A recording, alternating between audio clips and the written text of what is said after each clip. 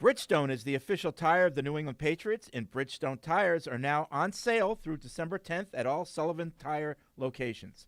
Visit sullivantire.com for a location near you. Some of the content of Patriots Unfiltered may not be suitable for all audiences. Listener discretion is advised. The world's original podcast. Welcome to Patriots Unfiltered. If this is true, I'm done. So who's Breer's source? He's mad now. Who's Breer's source? Well, I missed something. I missed it. What just happened? He's dropped an F-bomb. I can't believe you guys heard this. Mike? Oh boy. Nothing. Please tell me you caught that. If this is true, then I'm done. Right. And But then I you just said- said, just shut up. Oh, wait, I didn't say fudge. Right. And it's all about leverage. If you don't have two knees. Joe Tooney's been gone for 2 years now, Fred. I mean, come on. Yeah. There's also a report that Joe Judge has become a Bailey advocate. Yeah, I think that was part of the Volin. Okay, well then called I him- take it back because then that's probably not true. Forget Ben Volen, most Globe readers do. I agree. Steve Sarkisian wouldn't have called it like that. See, he takes it to a place I even, know. even I'm not willing to take it. Were you on Paul's poll? Hypothetical. My little poll? So is Paul still running his poll? Yeah. Yeah. Yep. Who you got? You want to get on his poll? Do you want the big one or the little one? It's been getting bigger. This is Patriots Unfiltered. Fueled by Duncan.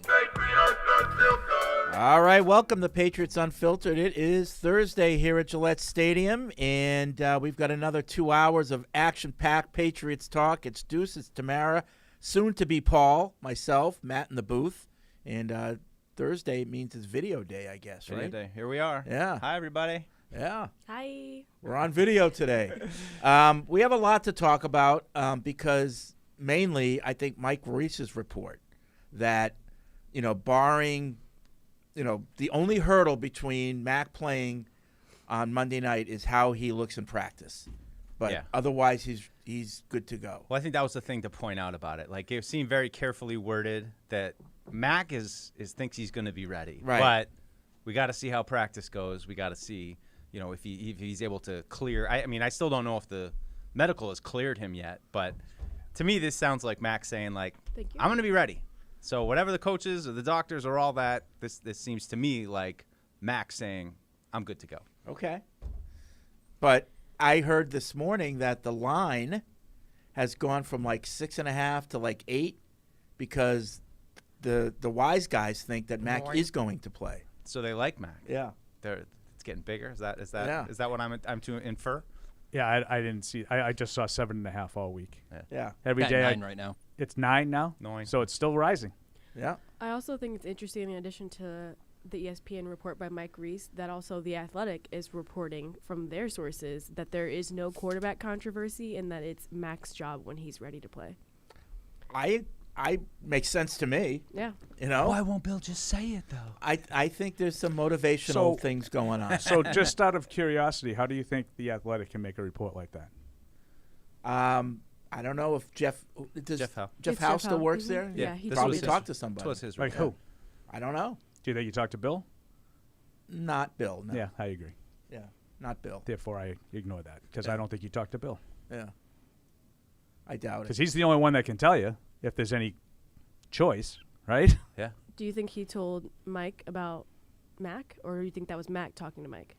Mac. No, that could be Mac's Mac's condition people. is probably from Mac. Yeah, that could Yes. be Mac's agent. Camp. or- His camp. Those have been pretty consistent for 3 weeks now. He's doing everything he can to get back out there. Champing. Chomping at the bit. Yeah.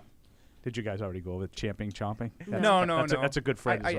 I dipped a toe into it. Oh, I know. good for I know you. it's a running Good theme for you. here You're on going the to show. smile and laugh at me now after you blew me off? Thanks. I'm sorry. We forgot. I was talking to Tamara. We walked by Paul's office. We forgot to pick him up today. So I'm sitting there just talking to Matt, and all of a sudden I hear my phone ding. So and I'm like, let's Jesus, 12:01. I'm late for the show. let's That do a sounds like- little internal vote. Yeah. Mac plays or doesn't play? Place. place. Plays. Ask me at No. No, I'm 12:45 asking you now. after practice. No. I'm asking you no, before no. practice. No. Right now. What really? Are you going to see him go out there and you see him like limping a I, little bit I or will not? say though, every time I I've don't gone think out that was dumb. I agree with her. to, yeah, I will say every time we've gone to practice, he's moved a little bit more. Yeah. So I know today when we go out there, he is going to move a little bit more. Right. If he can run, play. But if he can't, Yeah. no. I No. mean, and based on the I'm videos, assuming, Mike. Yeah.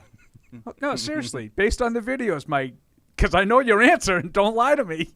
Do you think he was going to play last week? No. I know you didn't. So Yeah. I think Tamara's point is. I just Yeah. walked in, valid. like, arriving at the stadium, walking up the sideline. I'm like, yeah, he Yeah, ain't he playing. ain't playing. Yeah, I think practice starts in 30 minutes, so I think after that. Yeah. Yeah, and we'll get a full report from Evan when he comes back. Yeah. Yeah. He'll be in. We'll see if they put Mac on display or if they hide him more. I think he's going to play. But Yeah, I do too. I'm basing that on absolutely nothing. Right. Yeah, me too. Just, I mean, more that, I mean, I think he, like I'm Tamara just. said, well, he has how progressed, long though. has it been? This will be 4 This weeks. will be a This month. This will be a Yeah, month. right. I Which will is- say, You know, he about looks- what they said. Right. Yeah, I'll say like the first practice we saw him, like it was like upper body movement only. Oh, yeah. Nothing else. Oh yeah. And then Behind the the next week cage. it was like small steps, and the next week it was like okay, a little bit of hip movement, yeah, leg movement, dropping back a yeah, little. a little Yeah. bit. Yeah. So I'm today. Yeah. He's just like one But leg I'm- and yeah, hopping up I'm and with down the you. Day by sideline, day. But Day by Tamara, I'm day. with you. I mean, if I'm Bill Belichick, I have to see him running around, yeah. being able to pivot, being able to avoid pressure. Yes, he's got to protect himself. Right. Yeah. Otherwise, he's a sitting duck. Yeah. Right. I agree. You know, like if I'm the Bears, I'm like, Go Have f- you gotten That- any that's random what I texts said. from anybody that's told you so you could just go with that? Oh. haven't gotten any DMs A yet. DM no. from an account I've never seen before tells me it's true. I'm going to go with it. Yeah. I'm going to go with it right, Right. here on It's the radio. Also, are we continuing the little thing created by Paul? Oh, is Paul? My poll? Yeah. My little poll? No, I don't think we No. need to do All that. right, At yeah. this No, point. I got it. Yeah. It's actually been prepared. funny. People were tweeting at us like, "I've got my vote in for Paul's poll." I was like, "All right." I mean, Yeah. if someone I wants talked to- about my little poll yesterday on Falcon and Mass. I know, and yeah, but if they want to, if people want to add to that, that's fine. I love the poll. You know, And I also I espoused my emailer versus caller theory, and Oh, Felger yeah? jumped right in. Interesting. What was his? He goes, the writers are more cerebral. I go, exactly.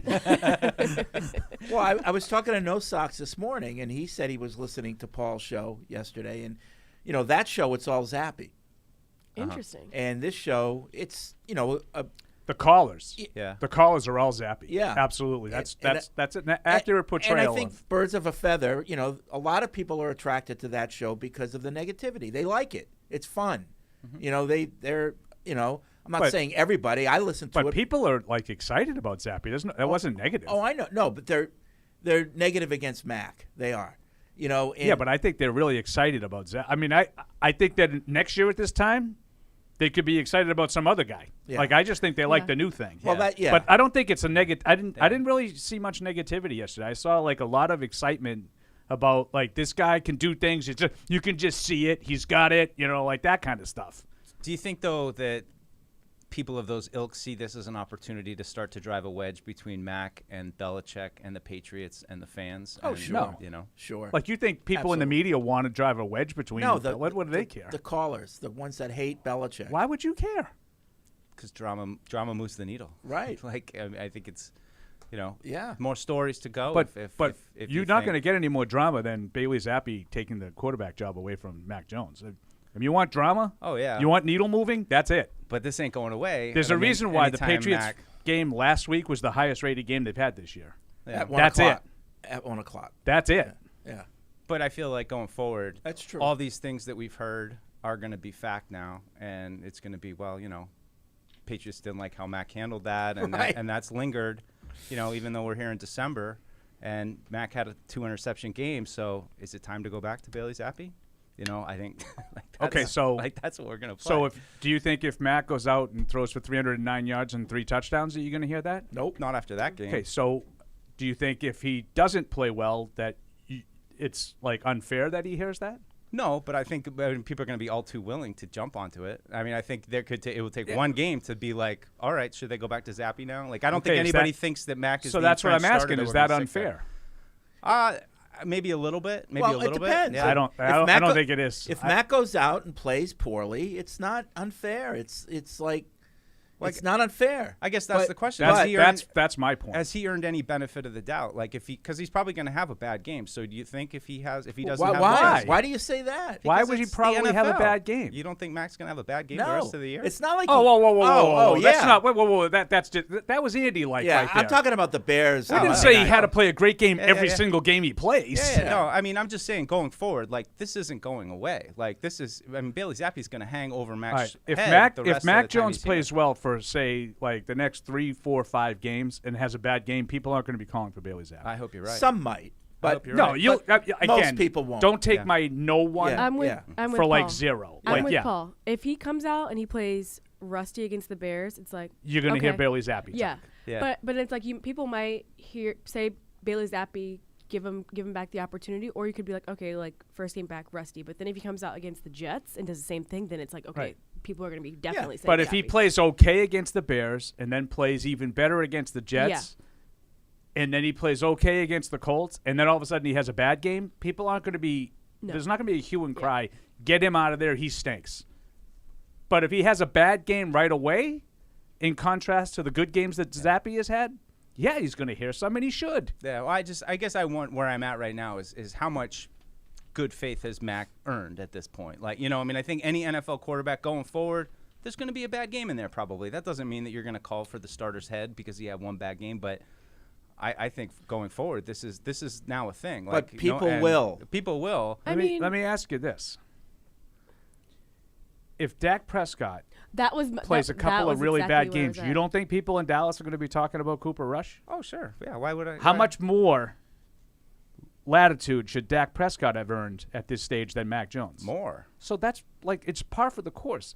When the starter misses time and the guy who replaces him comes in and plays well, and the starter returns and doesn't play well, that's not unfair.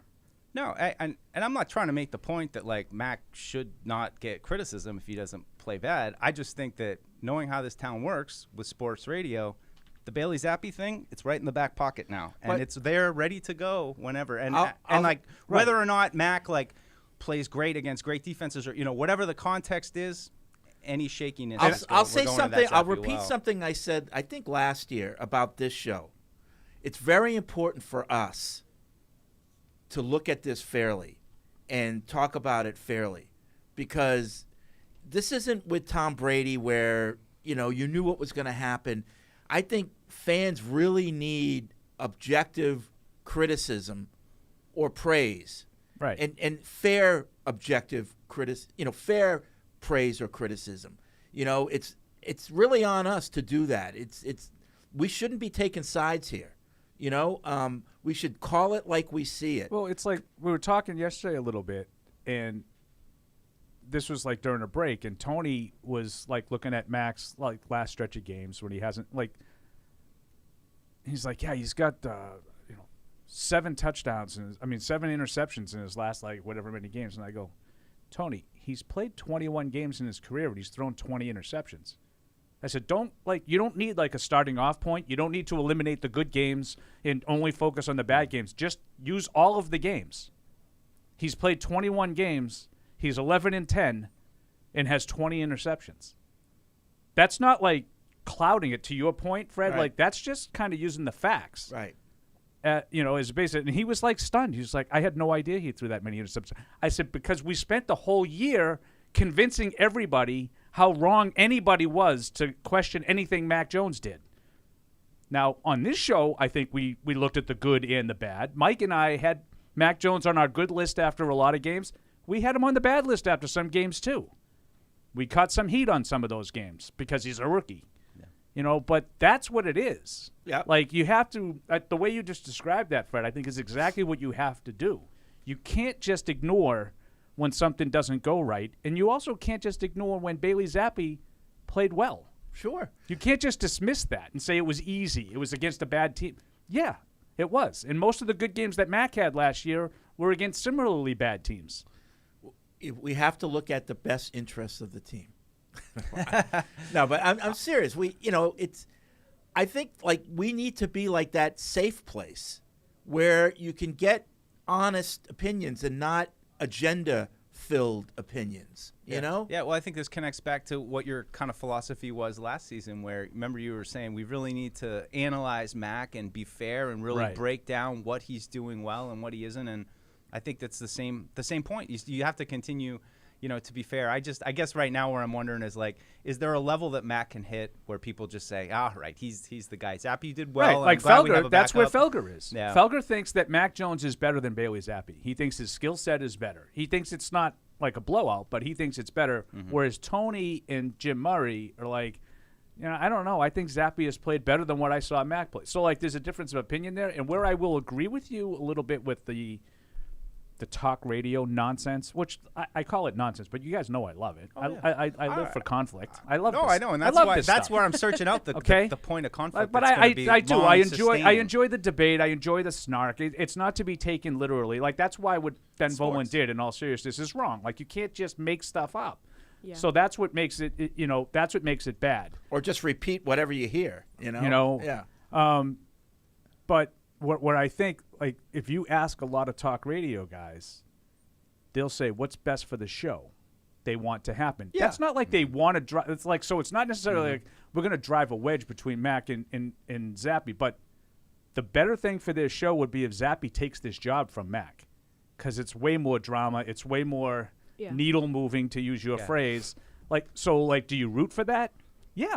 I think that if, like, you're Mike and Tony, you're probably rooting for something that will generate the most attention to their show. What they should be rooting for is the Patriots to win every game. Oh, and that's I will no tell matter you, who's the quarterback. I will tell you with absolute uncertainty, like absolute lock, Mike Felger roots for them to win every game because he is so concerned if the teams do not have success that people will stop listening. He should I'm be. telling you, that's all that it's ever on his mind. People would be stunned to hear that, how much he wants the teams to win. I mean, he's smart. In this town, we don't have the patience for mediocrity, or worse than that, losing teams. Look at the ratings for the Red Sox, and you could say, well, baseball. No, Boston's still a baseball town. Red Sox have been the ratings stunk last year. They went to the ALCS. They weren't that bad as this year. Well, not as bad as this year, but they were bad. Yeah, but overall, like in terms of baseball, we do pretty good. In terms of attendance at Fenway Park, we do pretty good compared to the other. We're still, football's number one, but we're still a good baseball town. But no one's immune to fans' disinterest. Yeah. So back to the fair conversation, I also think too, like when you're looking at the offense that Mac was asked to play with, a lot of deep balls down the field, Bailey Zappe wasn't doing that. And so I think too, with playing fair and like comparing like how Mac played at the start of the season and with how Bailey Zappe played, in the games that he was out there too, I think you also still have to look at that, not just the opponent, but the offense that was installed per quarterback. Absolutely. Evan did a piece earlier this week, showing the numbers of the differences in the offenses. That's why it's going to be really important for us to watch the game Monday night and make that evaluation. What kind of offense are they running? Are they doing what Zappe did? Yeah. And then if they are and Mac's not doing well, then it's fair to say, well, Zappe did it better. Yeah, and someone actually asked Bill that yesterday, saying like, do you have to draft up two different game plans depending on who starts? Do you have to tweak one for Bailey Zappe versus for Mac Jones? And of course, that question really wasn't answered. Right. But it makes you wonder, like, are they gonna, if Mac starts on Monday night, are they going to go back to what they were installing with him before, or are they going to do a hybrid of a mix of that, a mix of Zappe, or are they going to give him what Zappe was doing?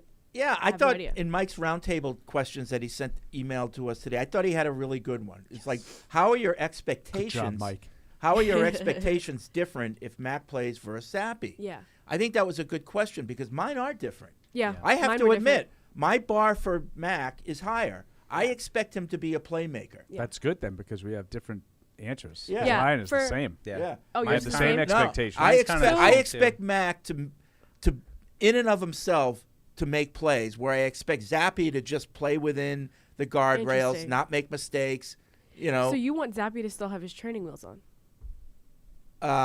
Well, as we get further along, I think we take him off. But yes, right now, yes.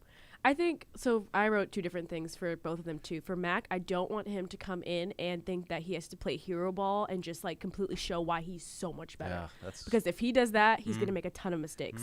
So I want him to come back and have a good game, but not be the focus of like, let me go out here and show them why I'm this far ahead than Bailey Zappi. I don't want that to happen. I think it's a great point, Tamara. And I'm the place I'm at. I'm in a similar place to Paul. I don't think it's all that different. I mean, I just think for Zappi, it's don't screw things up. Do what you've been doing. This is a team that we should beat. And the same thing with Mac. Like, you've been hurt. Don't try to do too much. Just get the ball out and run the ball. Don't turn it over. But let's look at this from the Bears' perspective. Okay, if you're figuring out what to do against the Patriots' offense going into this game, I would be like, they ain't doing that fundamental stuff with us.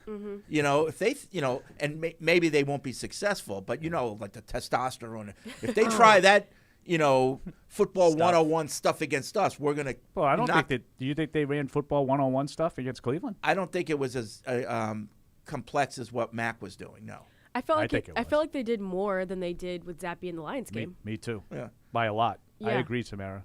Yeah, what's funny thing that I'm noticing some of the conversations I have with people who are just general fans are, saying that like it just felt like a Patriots offense to me. Like I can't remember like saying this about the Cleveland game, and I feel so tied up in it. I can't really say for sure if I agree with that or not, but I don't know. There's just something interesting. Like I think a lot of people that watch Zappi just felt like a feeling of familiarity around the Patriots offense for whatever reason. I'm not sure exactly why.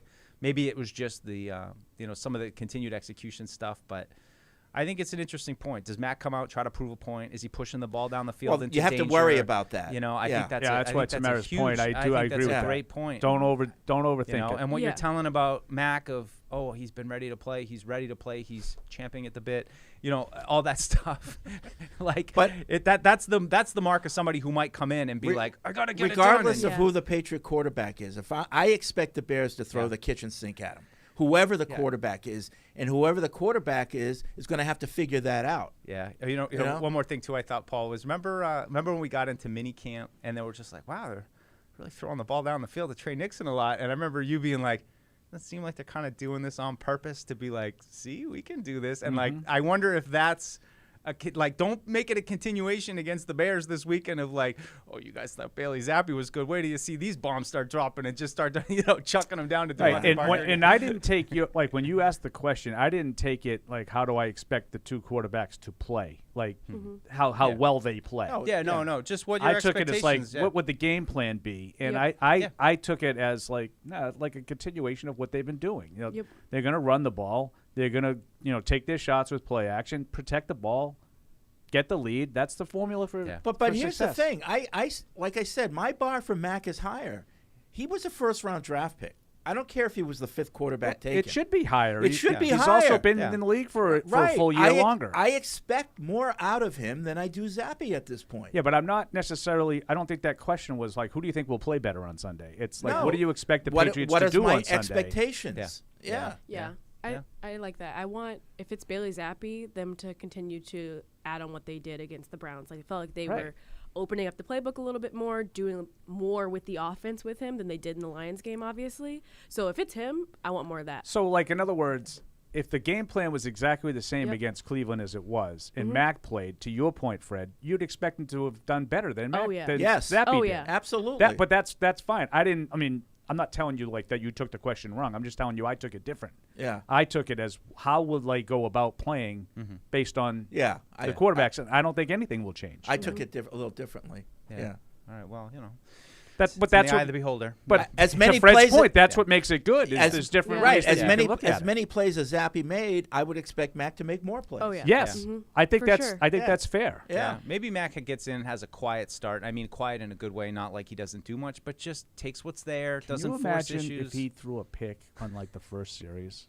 Like right to a guy, just standing, like drops into the zone. In that respect, it's a good thing this is an away game. Oh yeah. Because they would start the Zappi cheers. They would here. They would. They did it with Brady. They'll do it with Mac. Wait, what? Isn't the game here? The game's here. What am I talking about? The game is here. The Zappi chants, the Zappi fever shirts. You know what? This is going to be tough. That's why, like, the whole. I think there. And will I be know some- most people go the other way. They like, the Chicago game's a soft landing. We talked about this yesterday. Yeah. Chicago's, they're not very good. You get him out there, he gets a win under his belt, and then you go to the Jets, who may or may not be better. I'm still very skeptical. You guys, I'm skeptical more too. on board. And I'm like, I think if I was like just Joe Mac Jones fan, like I'm rah-rah, I kind of would like him to come back on the road. That's what, yeah. Because I think there's that inherent pressure of if something goes wrong, you got to hear it from your own fans. And they will. If he goes out and throws a pick on the first drive, he's All going right, to let's hear not it. put that out into the universe. I don't all right? anticipate that happening. Now, Justin Fields doing that, that's very possible. Yeah. That's very possible. Well, I'd just be happy to see Justin Fields allowed to drop back and throw it. like, So I just launch the ball with my arm and someone will catch it? Is that I'm going to go against something I've said before. Like, I've always said, like, when it comes to the Patriots, I want them to blow out every opponent. Yeah. And it would be nice if they got an Well, early you're gonna lead. get what you wish for this week. It'd be nice if they can get an early lead, and it's not even a game where Mac has to win it. Right. You And know? then maybe for But- good measure he tosses but- one like late. but that's there's a part meaningless, of but, me- like, There's a part of me in this game, I'd like Mac to have to do something to just Interesting. show that he can. I that's don't back know to the main Mac narrative, I feel, of okay, we know you're pretty good against the Yep. teams that are maybe overmatched or equal, but yeah.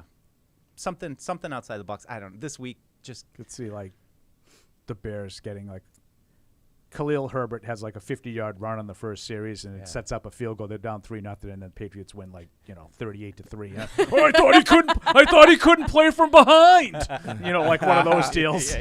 I think you're more likely to get one of those scenarios, Fred, maybe against the Jets. Where, like, okay, maybe Zach Wilson has the Jets up. He doesn't throw 21 5 interceptions Yes. like last time. Yes. Right. Say Yeah, they're but up 21-14 in will the he complete fourth. 5 passes though?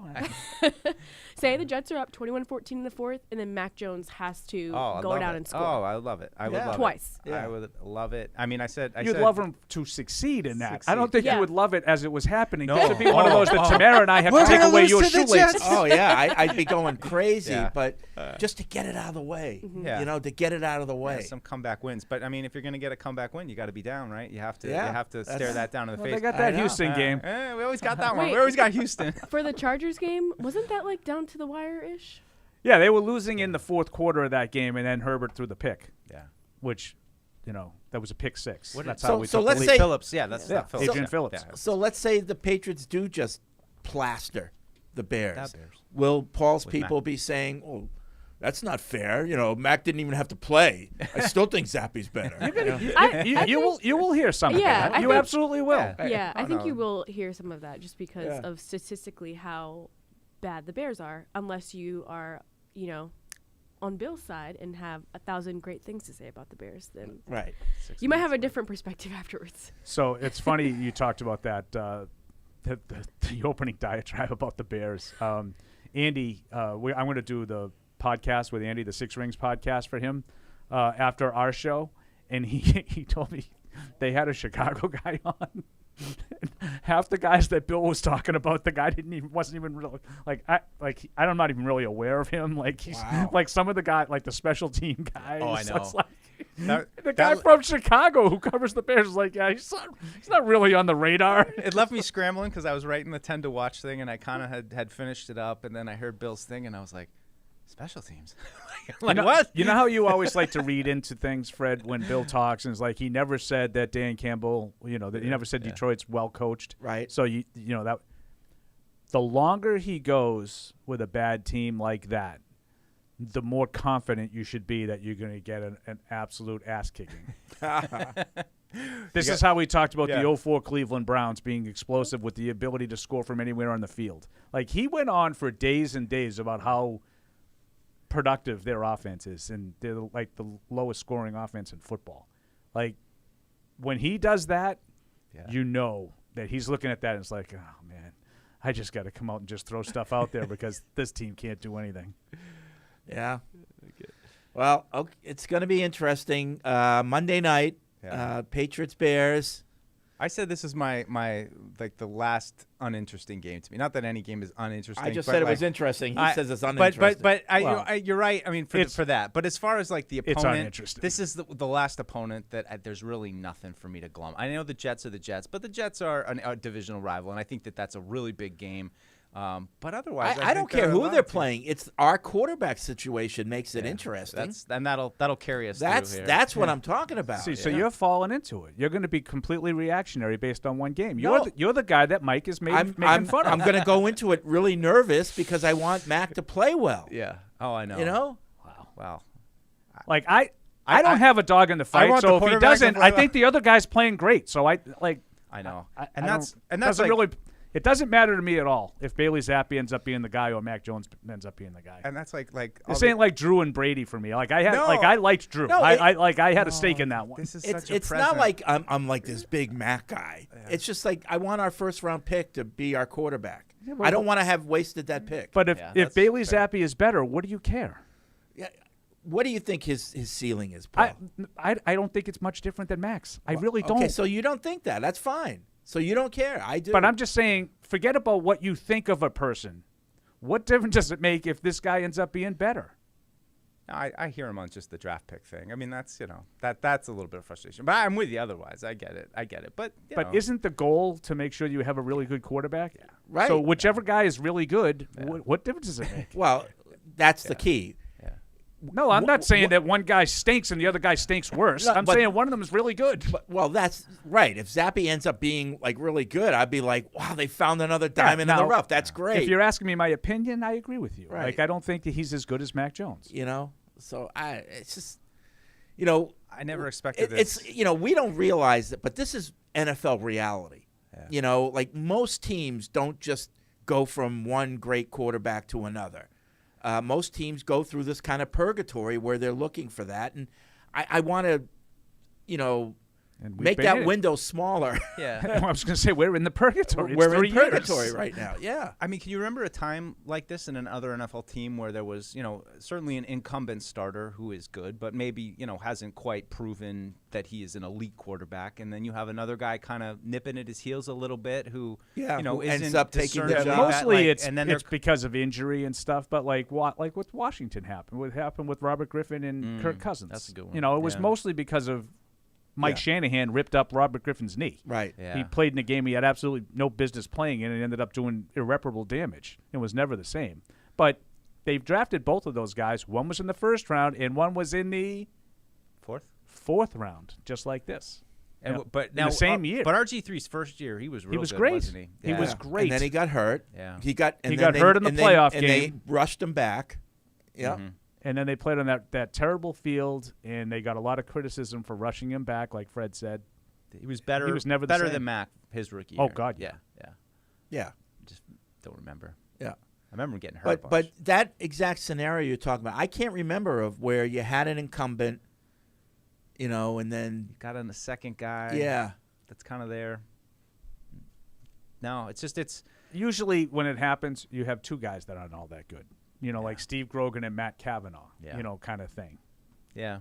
It's just, and I only use that because that's home. That's Patriots. I think that's where like my original thing about the radio and all that was just coming from a place of, is Mac ever going to have Bailey Zappi off his shoulders?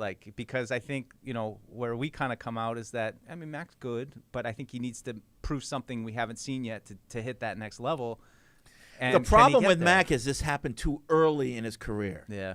If he had been an established starter for 4 or 5 years here, and then he gets hurt, and the guy comes in and wins a People wouldn't couple be talking games, about it. Yep. it's great. Okay, he kept You're the right. seat warm. Yes. You're right. It happened Second too early year, in his he was career. slumping a little bit out of the gate. Yeah, no one would be Some talking changes. about that. Fred's absolutely right. If he was the starter for 3 years and then got hurt and missed a few games, You'd be no like, one would be talking about it. thank you for your service, Bailey. Now, I Max, mean, do you think at any point it would be impetus to trade Bailey Zappi? If let's say Matt comes back, he's fine, he's the starter, he doesn't play great or terrible, he's just kind of maybe a little bit better than he was last year. That they feel like let's get rid of one of these guys because we don't want to have this. when it comes up to 4 years, Yeah, I was going to say I wouldn't until that. Yeah.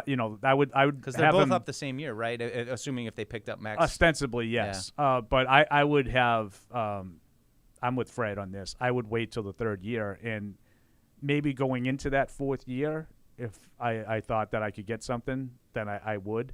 But That's a good year. Yeah. But the something has to be, I think, for me at least, like a third or second. and round pick. I know this is gonna, like you said something like you're always rooting for the blowout, but this one you want. Like I'll say my hypocritical thing today will be cap related. Okay, I do think there's value in having a backup that you are feeling good about who doesn't make any money. Yep. I think there's value in that. Yeah. Yeah. As much as I poo-poo the cap, I do think Oh yeah, well, I mean, I think you you could just benefit line from up having a guy who's making a veteran couple $100 football, grand. veteran backup salaries. You could probably line those up, and I bet it's a drop in the bucket what Bailey Zappi's getting Right. paid. So, And yeah. I think we were one of the Brian Hoyer made a decent backup quarterback Yeah. salary as a 36, 37-year-old veteran. yeah. 855-PATS-500 is the Ace Ticket Hotline. 855-PATS-500. Let's go to the phones and see what our listeners have to say. Let's start with Jerry in North Carolina. Hey, Jerry. What's going on, everybody? Hey. A long-time Patriots fan. Great. Hello, Jerry. Hey.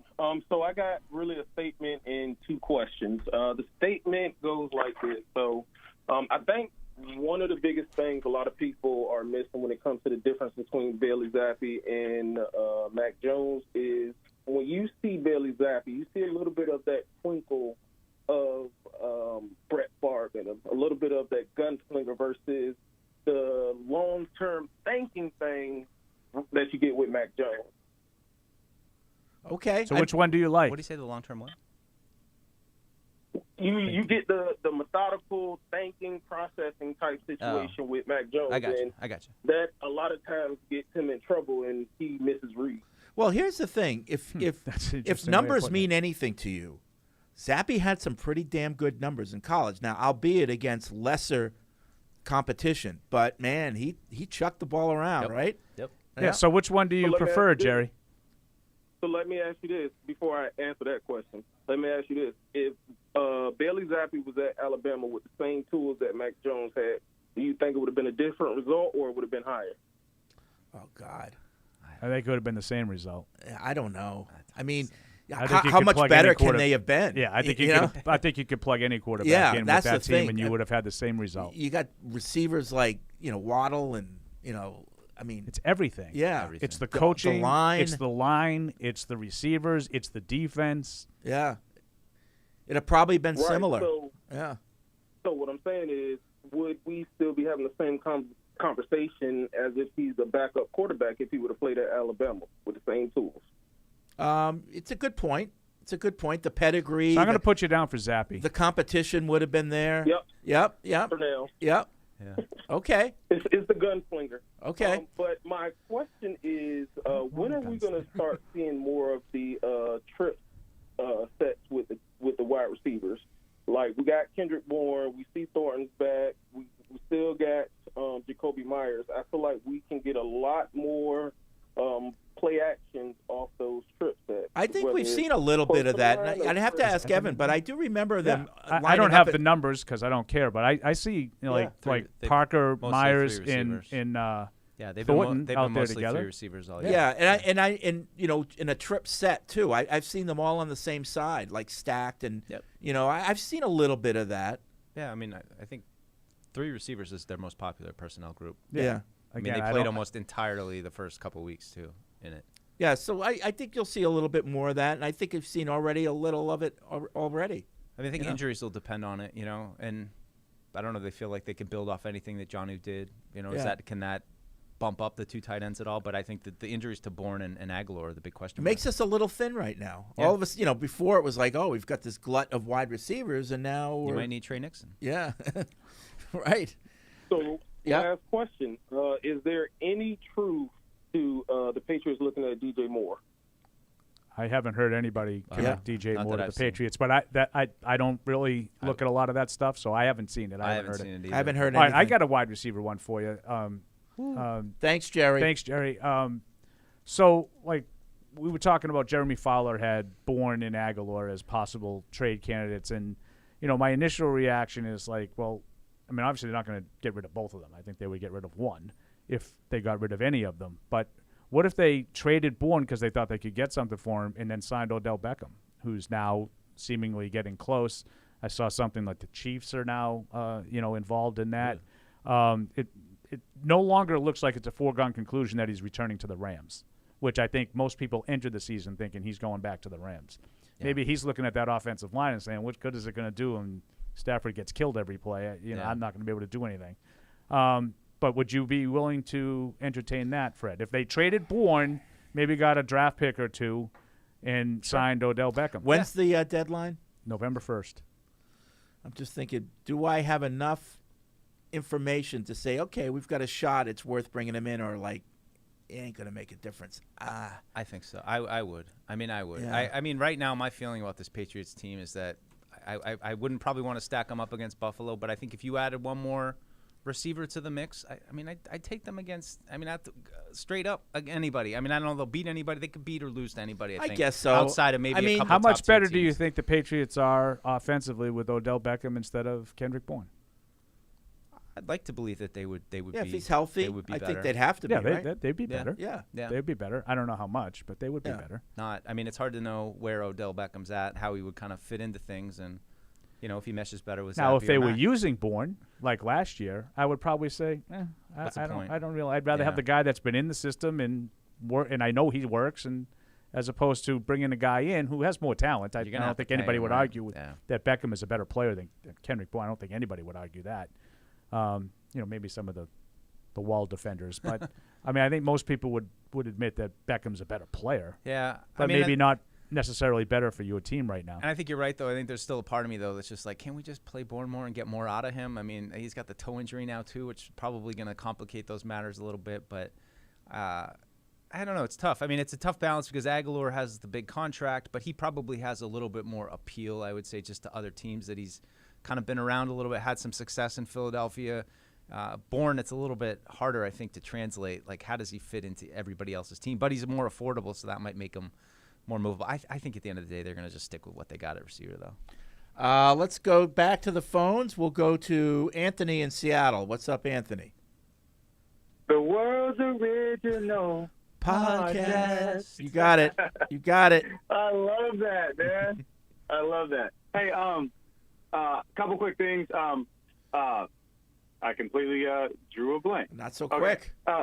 Hey, Paul, put me down for Matt. Last I saw was he was making plays that I didn't think he was capable of making, so I want to see more of that to see if he can do that, or if he was just out of his mind that day. Because, if he can be that, but with one interception instead of three, then he's my quarterback. So I want to see if he can be that. All right. The reason I was calling is because I was thinking about the debate, that's the hot debate about the down 15 and going for two and all that good stuff. And I actually haven't answered to Paul's question, why is it better to be down 9 than 8, which I didn't think I'd have an answer to that. But before I answer that, I do want to say, Paul, I'm with you. Put me in the situation, I'm just going to take the extra point every time and try to get the 2 later.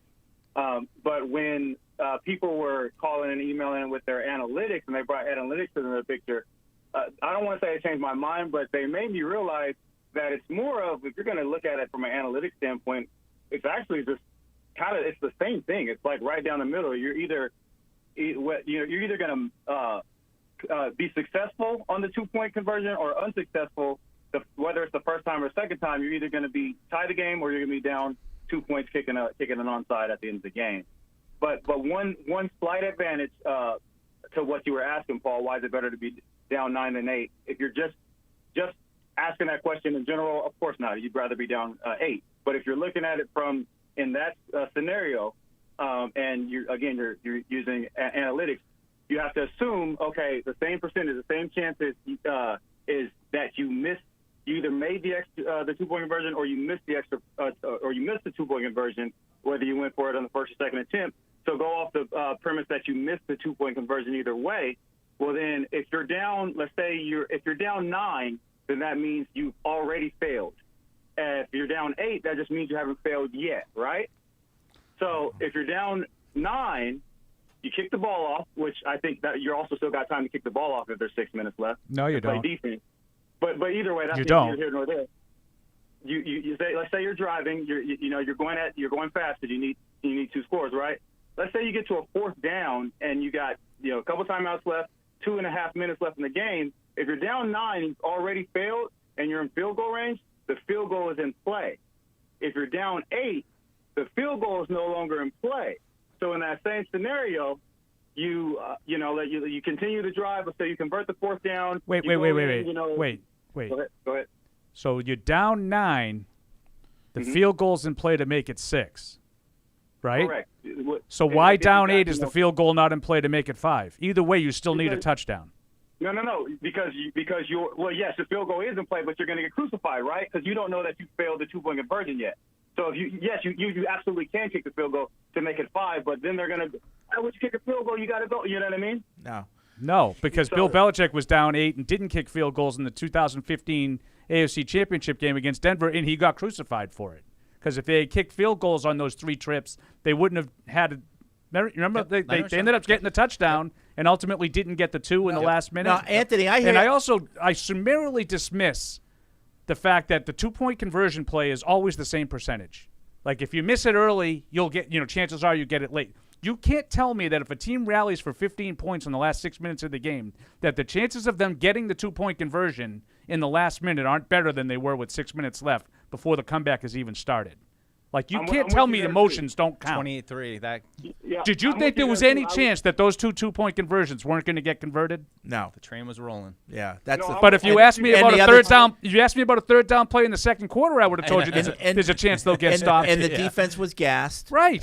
So Anthony, thanks for the call, but I'll tell you. I get the theory. I mean, I understand. We've got so many. I'm not going to get into them. And everybody has explained it. I understand what the mentality is. Am I allowed to disagree with it? Yes. Sure. I don't really get the notion that 3 scores in the last 6 minutes, it matters how you get them. Like, I would rather go 7 first than 6. That's all. You guys, it doesn't matter because it's on a chart. And it says, I would rather only need 2 scores. Yeah, but than 3. The amount of emails I have, really, I know, this is an important issue to people. But they're all apparently they're all explaining it the same way, and I get it. They're all explaining it properly. I totally understand. This is another thing. It's kind of like the soccer people who tell you that you just don't understand it. I understand. I just disagree. We don't all have to have the same opinion on things. 4th down from like the other team's 40, go for it. I love it. The analytics will tell you it's a great move. I get it. I understand it. I agree with it. But not every time. But not every time do I agree with 2 points. Why do you think most coaches feel it's best to put off going for 2 as long as you can? The later in the game you get, then when you're chasing points, you put it off as long as you can. Why do people think that is? Because it extends the game. It extends the game, but it's also more sure to get the point. Take the point. No, early, I know, but my point, like, you want to have hope. You want to play the rest of the game. Like, the game ended on the failed 2-point conversion. I know people don't agree, but the game ended because they found themselves still down 2 scores with 6 minutes left. And now I need a miracle. Now I need Kenyon Drake in Miami miracle. Okay? How dare you? If I only need 8, I don't need a miracle. I just need a stop. 1 stop. And then I can go down and I can control it. If I can score, I can tie it. Yeah. If I don't, I lose. Yeah. Same thing. Yeah. All right. But at least I have hope. I can play the last I extend the game. I'm playing the last 6 minutes competitively. Today's lunch is brought to us by Pete in Ottawa. Pete. Thanks, Pete. Every once in a while, our listeners buy us lunch, and we appreciate that. We love them. Thank you. Paul took full advantage of that. I got a pizza. Yeah. I'll be eating off camera, so you guys can't make fun. No, I'm just kidding. Yeah. I got a rock. So we'll take a quick break here. We've got a lot more calls and emails, and today we do our picks, so we got to hurry. Get in on the action with DraftKings, the official daily fantasy partner of the New England Patriots. New customers can download the DraftKings app now and play free for millions in prizes using code PATS. That's code PATS only at DraftKings. Minimum $5 deposit required. Eligibility restrictions apply. See DraftKings.com for details. Patriot Place is the region's #1 shopping, dining, and entertainment destination. Shop your favorites, including Vineyard Vines, Express, Olympia Sports, Petco, and more. Enjoy dining at one of our 19 restaurants, including 6 String Grill and Stage, Scorpion Bar, and Bar Louie. And don't forget about the entertainment. Explore your inner artist at Muse Paint Bar, watch a movie at Showcase Cinema Deluxe, or grab a controller and start gaming at Helix Esports. For a complete directory listing, please visit patriot-place.com. How did Verizon build the fastest 5G in the world? We started by building it right with 5G Ultra Wideband. Then we gave it massive capacity and near zero lag. And it's not just fast, it's 25 times faster than today's 4G networks. This is 5G built right from the network more people rely on, only on Verizon. 5G Ultra Wideband available only in parts of select cities. Global claim based on open signal independent analysis. 25 times analysis by Ookla Speed Test Intelligence data Q2 2020. The ruling on the field stands. We deliver jerseys, funny foam fingers, and everything you need for the game. But what you really get is so much more. FedEx Delivery. Game day spirit. What we deliver by delivering. In sports, if you think joy only happens after you win, think again. Look at the world's most successful athletes like Serena Williams, Brooks Koepka, and Alex Morgan. They don't spend all their days grinding away. They take time to enjoy themselves, like getting together with friends over a Michelob Ultra, because they know that happiness is the key to winning, and that joy is the whole game, not just the end game. Michelob Ultra. 95 calories, 2.6 grams of carbs. It's only worth it if you enjoy it. Enjoy responsibly. AB Michelob Ultra Light Beer, St. Louis, Missouri. Some people are never content with simply being good. Not when they can be great. But it takes a big step to get there. In fact, it takes a leap of faith, a belief in what you're striving toward, and a willingness to make the commitment, day in and day out, to something bigger than yourself. Putnam is proud to partner with those who share their own commitment to performance excellence. This is Matt Light for Putnam Investments, a world of investing. There's no season better than football season, and there's no better place to get in on all of the action than with DraftKings, the official daily fantasy sports partner of the New England Patriots. To add to the thrill, DraftKings has millions of dollars in prizes up for grabs every week, so head to the app now and check it out. If you haven't tried it yet, fantasy football is easy to play. Just pick 9 players, stay under the salary cap, and pile up points for yards, touchdowns, receptions, and so much more. There's no better way to put your football knowledge to the test than to compete for a shot at $1 million in total prizes. Download the DraftKings app now and use promo code PATS to get a shot at millions of dollars in total prizes every week. That's promo code PATS to get a shot at millions of dollars in total prizes every week, only at DraftKings. Eligibility restrictions apply. See DraftKings.com for details. Patriots fans, you'll want to check out the replay on this one. Pat the Patriot is stealing the show tonight with his Bank of America mobile banking app. That's right, folks. So here we see Pat cheering, and then whammo! Is that Bank of America life plan? Looks like he's saving up for some big future moves. Planning the next vacay, huh, big guy? And wait, now he's paying back his buddy for concessions using Zelle? No penalty there. Incredible. No way. As if that double move wasn't impressive enough, now he's beefing up his account defense with security meter? Holy cannoli, what a performance. Bank of America's digital tools are so impressive, Patriot fans just can't stop banking.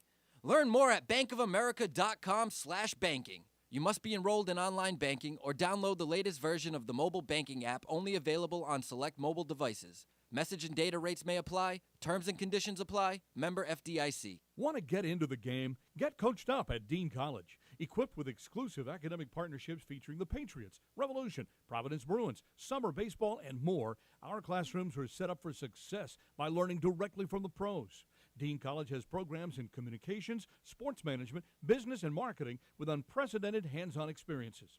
Our students take what they learn in the classroom and put it right to work in the marketplace. At Dean College, our students don't just play games, we run them. Visit us at dean.edu. Verizon, the network America relies on, and the official 5G network of the New England Patriots. Get in on the action with DraftKings, the official daily fantasy partner of the New England Patriots. New customers can download the DraftKings app now and play free for millions in prizes using code PATS. That's code PATS, only at DraftKings. Minimum $5 deposit required. Eligibility restrictions apply. See DraftKings.com for details. Patriot Place is the region's #1 shopping, dining, and entertainment destination. Shop your favorites, including Vineyard Vines, Express, Olympia Sports, Petco, and more. Enjoy dining at one of our 19 restaurants, including 6 String Grill and Stage, Scorpion Bar, and Bar Louie. And don't forget about the entertainment. Explore your inner artist at Muse Paint Bar. Watch a movie at Showcase Cinema Deluxe, or grab a controller and start gaming at Helix Esports. For a complete directory listing, please visit patriot-place.com. How did Verizon build the fastest 5G in the world? We started by building it right with 5G Ultra Wideband. Then we gave it massive capacity and near zero lag. And it's not just fast, it's 25 times faster than today's 4G networks. This is 5G built right from the network more people rely on, only on Verizon. 5G Ultra Wideband available only in parts of select cities. Global claim based on open signal independent analysis. 25 times analysis by Ookla Speed Test Intelligence data Q2 2020. The ruling on the field stands. We deliver jerseys, funny foam fingers, and everything you need for the game. But what you really get is so much more. FedEx Delivery. Game day spirit. What we deliver by delivering. In sports, if you think joy only happens after you win, think again. Look at the world's most successful athletes like Serena Williams, Brooks Koepka, and Alex Morgan. They don't spend all their days grinding away. They take time to enjoy themselves, like getting together with friends over a Michelob Ultra, because they know that happiness is the key to winning, and that joy is the whole game, not just the end game. Michelob Ultra. 95 calories, 2.6 grams of carbs. It's only worth it if you enjoy it. Enjoy responsibly. AB Michelob Ultra Light Beer, St. Louis, Missouri. Some people are never content with simply being good. Not when they can be great. But it takes a big step to get there. In fact, it takes a leap of faith, a belief in what you're striving toward, and a willingness to make the commitment, day in and day out, to something bigger than yourself. Putnam is proud to partner with those who share their own commitment to performance excellence. This is Matt Light for Putnam Investments, a world of investing. There's no season better than football season. And there's no better place to get in on all of the action than with DraftKings, the official daily fantasy sports partner of the New England Patriots. To add to the thrill, DraftKings has millions of dollars in prizes up for grabs every week. So head to the app now and check it out. If you haven't tried it yet, fantasy football is easy to play. Just pick 9 players, stay under the salary cap, and pile up points for yards, touchdowns, receptions, and so much more. There's no better way to put your football knowledge to the test than to compete for a shot at $1 million in total prizes. Download the DraftKings app now and use promo code PATS to get a shot at millions of dollars in total prizes every week. That's promo code PATS to get a shot at millions of dollars in total prizes every week, only at DraftKings. Eligibility restrictions apply. See DraftKings.com for details. Patriots fans, you'll want to check out the replay on this one. Pat the Patriot is stealing the show tonight with his Bank of America mobile banking app. That's right, folks. So here we see Pat cheering, and then whammo! Is that Bank of America life plan? Looks like he's saving up for some big future moves. Planning the next vacay, huh, big guy? And wait, now he's paying back his buddy for concessions using Zelle? No penalty there. Incredible. No way. As if that double move wasn't impressive enough, now he's beefing up his account defense with security meter? Holy cannoli, what a performance. Bank of America's digital tools are so impressive, Patriot fans just can't stop banking. Learn more at bankofamerica.com/banking. You must be enrolled in online banking or download the latest version of the mobile banking app, only available on select mobile devices. Message and data rates may apply. Terms and conditions apply. Member FDIC. And now, great moments in history. Well, you're in between today with a salmon color. Yeah. It's not quite fall, not quite summer. It's No. almost like a sunset color. Yeah, right. The end of one season, the beginning of another. I like it. No Hardo. undershirt, though.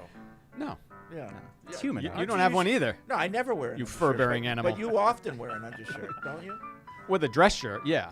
Yeah. But not with a polo shirt. That's Wh- just why is ridiculous. that? Because it's ridiculous. It's ridiculous. Yeah. Okay. To wear a Undershirts are for long sleeve. When you have a long sleeve, you don't want to, But don't if wanna you have a what? short, you don't wear a short sleeve shirt on top of a short sleeve shirt. That's just. I thought that's undershirts moronic. were for hygienic reasons.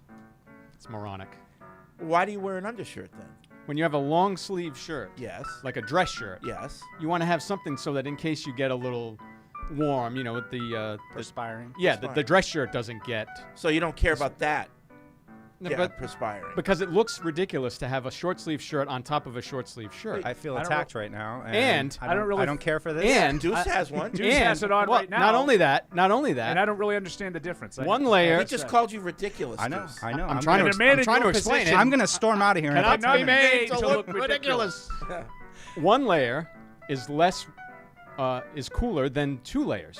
You have 2 layers of clothing. That's technically warmer. So on a warm day, if you wear 2 layers, you're going to be hotter and you're going to sweat more. So on a warm day with a dress shirt, you'd only wear just the dress shirt. Yes. I got to tell you, you're having batting practice right now. This is a clinic you're putting on. That's another great moment from Patriots Unfiltered is brought to you by the Massachusetts Office of Travel and Tourism. Great memories are made in Massachusetts no matter how you choose to make them. Indoors or outdoors, scenic views or city vibes, solo or family style, whatever moves you, whatever the season, plan your perfect Massachusetts getaway at visitma.com. Guess what? Evan And Tamara. Returned from practice. Evan has returned from practice. Yeah, Evan has returned from practice. What was the mood? Who wasn't there? What did he see? I told you it was a banger. Yeah. Okay, so we were walking back from practice, and Evan said that there was a song and everything, and I thought he was joking. No. You've never heard that before? Way to listen to the Thanks show. for listening. Yeah. No. Very, very Yeah. I told her it was a banger. Was it a banger? It is a banger. It used to be the Deuce song, and then we changed it to Evan. I like the original better. You know, but it's my Shocker. Wow. So Evan is, in fact, back from practice, and he's got some news. I do have some news, and I've taken some Tylenol. I've rested up, and my fever is back to normal. Oh. Because based off of what we saw out at practice today, it sure looks like Mac Jones is feeling it, is looking more like himself. We also had some reports this morning along the same lines. And the tell is always when you see the starting offensive line get together with the quarterback, one quarterback, not all the quarterbacks, goes and works on the snap cadence with the offensive line. Last couple weeks, it's been Bailey Zappi. This week, it was number 10, Mac Jones. So Mac is back as QB1. I think it's safe to say that. Return of the Mac. Okay. Yeah, and I think Unicorn And show. Tamara, coming. what do you think? You were there. Evan, earlier they had Fred had us all go around and pick who we think should start on Monday, and I Yes. said, wait, I need to see if Matt can run at practice. All right, so here it He is. ran. My eyes have seen him run at practice, and it didn't look like Your he eyes have was- seen the glory. Yes, I didn't see a limp. I saw like normal, what appeared to be normal Mac Jones out there. So All right. Yeah. They were playing the Monday Night Football theme Yeah, song to they open started practice. practice, yeah. And some people have video of Mac, his sprint that Tamara is talking about, and it's syncing up with the beats of Monday Night Football. So the vibe is off the So- charts Yeah. right now. It's like Oh, in boy. red. So he answered your mood question before you even asked it. Yeah. That's true. Oh, well, Oh, The you're vibe ready is for off some the charts. football. could still ask though. Yeah. What was the mood? Well, and, I guess the Sharps did know something because, like we said, it opened up at like 6.5, and it's up to 9 in some places now. So they really think that Mac makes a difference, Field goal difference. Yeah. There were 2 guys missing from practice that we should mention. Lawrence Guy, not there Don't like that. for the open portion, and Nelson Aguilar also not there from the open portion. Playing the long con. Fred. Yeah. Aguilar's got the hamstring. Lawrence Guy's got shoulder. He's been out the last couple weird. of weeks since the Ravens game as well, similar to Mac. So But guy's been practicing, right? Like that's kind of strange. Like all of a sudden. yeah, he's, like, yeah. So I Ish. spotted him, but he was not partaking. What about Bourne was there with his toe? Bourne was there. And yeah, all of them. with All a 10? sweet visor on as well. Yeah, he was there. Visor. Yes, What were the pads? pads, full pads. Damian Harris there? Damian Oh, Harris there, yeah. and going And- through drills. Yeah, going through drills, and he was the first guy going through every single drill. And Okay. again, All right, maybe didn't that's a good see- sign too. didn't see a limp or Well, he anything went like through that. drills pregame. Yeah. Yeah, Sunday. pre-game in They Cleveland, were he showing. tested. We saw he them tested on it out pregame. pre-game from Cleveland, and you could tell without even Yeah. reading lips or anything like that that he wasn't going to play Yeah, because he I kept agree. on grabbing at the leg every single Yeah. time he was like, oh, it's kind of pointing where the pain was coming to Moses Cabrera. So yeah, it was pretty evident based off of pre-game warm-ups in Cleveland that he was not playing. Okay. Well, right now, as of right now, it looks like Mac has a chance to start. Yep. Yeah. I think that's But- probably the favorite in the clubhouse, right? Oh, yeah. Yeah, but I thought it was interesting that Bill, when was this, Friday? Where he kept saying, like, someone could feel really good in practice, the next day wake up and be like, That's right. No, and he's right, then though. go backwards. So I thought that's something to take a look at, too, is just seeing, like, how consistent this stays throughout the week. So you're saying you got to wait till next practice to decide. I think we got to wait till Monday. But he kept saying how important that Saturday is and how everybody, when they wake up that Saturday, how they feel. 'Cause that could tell a lot about if they're going to be ready for the game. Yeah. You know what's an interesting little thing I was wondering, too? They've now promoted Garrett Gilbert, I believe, twice? Correct. From the practice squad, so they got One one more. more? Yes. So kind of interesting, like, little inflection point Can with you the backup. reset those or something? I thought I saw Miguel talking about. So you can, once he gets to 3, my understanding is that you have to sign him to the 53 to activate him on game day, and he passes through waivers, right? That's the biggest thing. The difference with the standard elevations, they revert back to the practice squad the next day after the game, and they don't have to pass through waivers, and that's how you can get guys up from the practice squad. But once you get beyond that 3 standard elevation number, now guys are subject to waivers. So I don't necessarily think it would matter for Garrett Gilbert, but Lil Jordan Humphrey has already gotten elevated twice, so he only has 1 more to go. And if Aguilar is not going to be out there, then it could In be. fairness, he has already cleared waivers once. He has. I don't really think you have to worry about that. that's And I don't think you'll have to worry about it with Garrett Gilbert. All right, either. well, if you're feeling good about it, Paul, then I guess. I mean, I might be the outlier there, but I think we'll be all I'm right. just saying, if anybody's going to get claimed, it's going to be Lil Jordan. It's not going to be Garrett Gilbert. Yeah, I think they have the same amount of chance of getting claimed. Pads or no pads today? Full pads. Full pads. Full Full pads. pads. If you paid attention, Evan's giving you all this information. Yeah, full pads. Full You gotta pads. start listening. But visors. Their Kedderborn did have a visor Sweet on. Yeah, it visor. looked pretty sweet. But yeah, full pads. I think yesterday, Belichick, when we talked to him in the morning, said they were going to do meetings and film work and kind of get ahead on that sort of stuff. So today, I think it sounds like a pretty full go at practice in terms of in-season practice. So Do you think and this is just a theory? Yeah. Do you think Bill wants to get that full pad practice right now to see how Mac does? Right now. It's possible. Well, it's usually the first practice that is full pads. When they go full pads, Yeah. some weeks they don't go full pads at all. I Yeah. think, Yeah, what last is it, week. like 11 out of 14 weeks or something Something like that? Yeah. Yeah. Some weeks they don't go full pads at all, but when they do, it's usually it's usually Wednesday, which is Yeah. today. Yeah. as So you it is like- a week as they you like chose to say. be in the pads that day. Yeah, and they so- were last week too. I thought. Yeah, they were in pads last week. Yeah. It was the week before 2 that. weeks ago was that we took a day off. Yeah, they to- took was a the walkthrough. They Yeah, took yeah. the walkthrough day After after the overtime Ravens game. Too Yeah. much. Yeah. I think it was after the overtime game. They went walk through on the Wednesday. It was after the Ravens game. Okay. Yeah. So with Mac back out there running around, how did that affect the mood? Look, I mean, a big media contingent out there. Yeah. A lot of cameras Big. on Mac Jones. I think the Reese report, the Howe report this morning, kind of stirring up the buzz that Mac Jones is expected to play on Monday night for the Patriots. I think got a lot of people out there today, and yeah, I think the general feeling from everybody that was out there was that Mac looked like a different guy than what not necessarily physically. I mean, we barely saw him Got like for a mustache or something? physical evaluation, but in terms of just his vibe, right? The way he was carrying himself, what he was doing, where he was when he was supposed to. So did he come out like sort of like, this is my team, I'm back? That kind of swagger. Yeah. Yeah. What Not was Mac's like, mood? oh, See, I'm I still a think couple weeks away. that's really interesting. I like that. Yeah. Like, He's got a little pep in his you're step. not necessarily saying, well, he was moving better. Like you're saying, like his sort of aura Exactly. exuded. Yeah. I'm back. Yeah. Bitches. Like Yes. I like that. Yeah.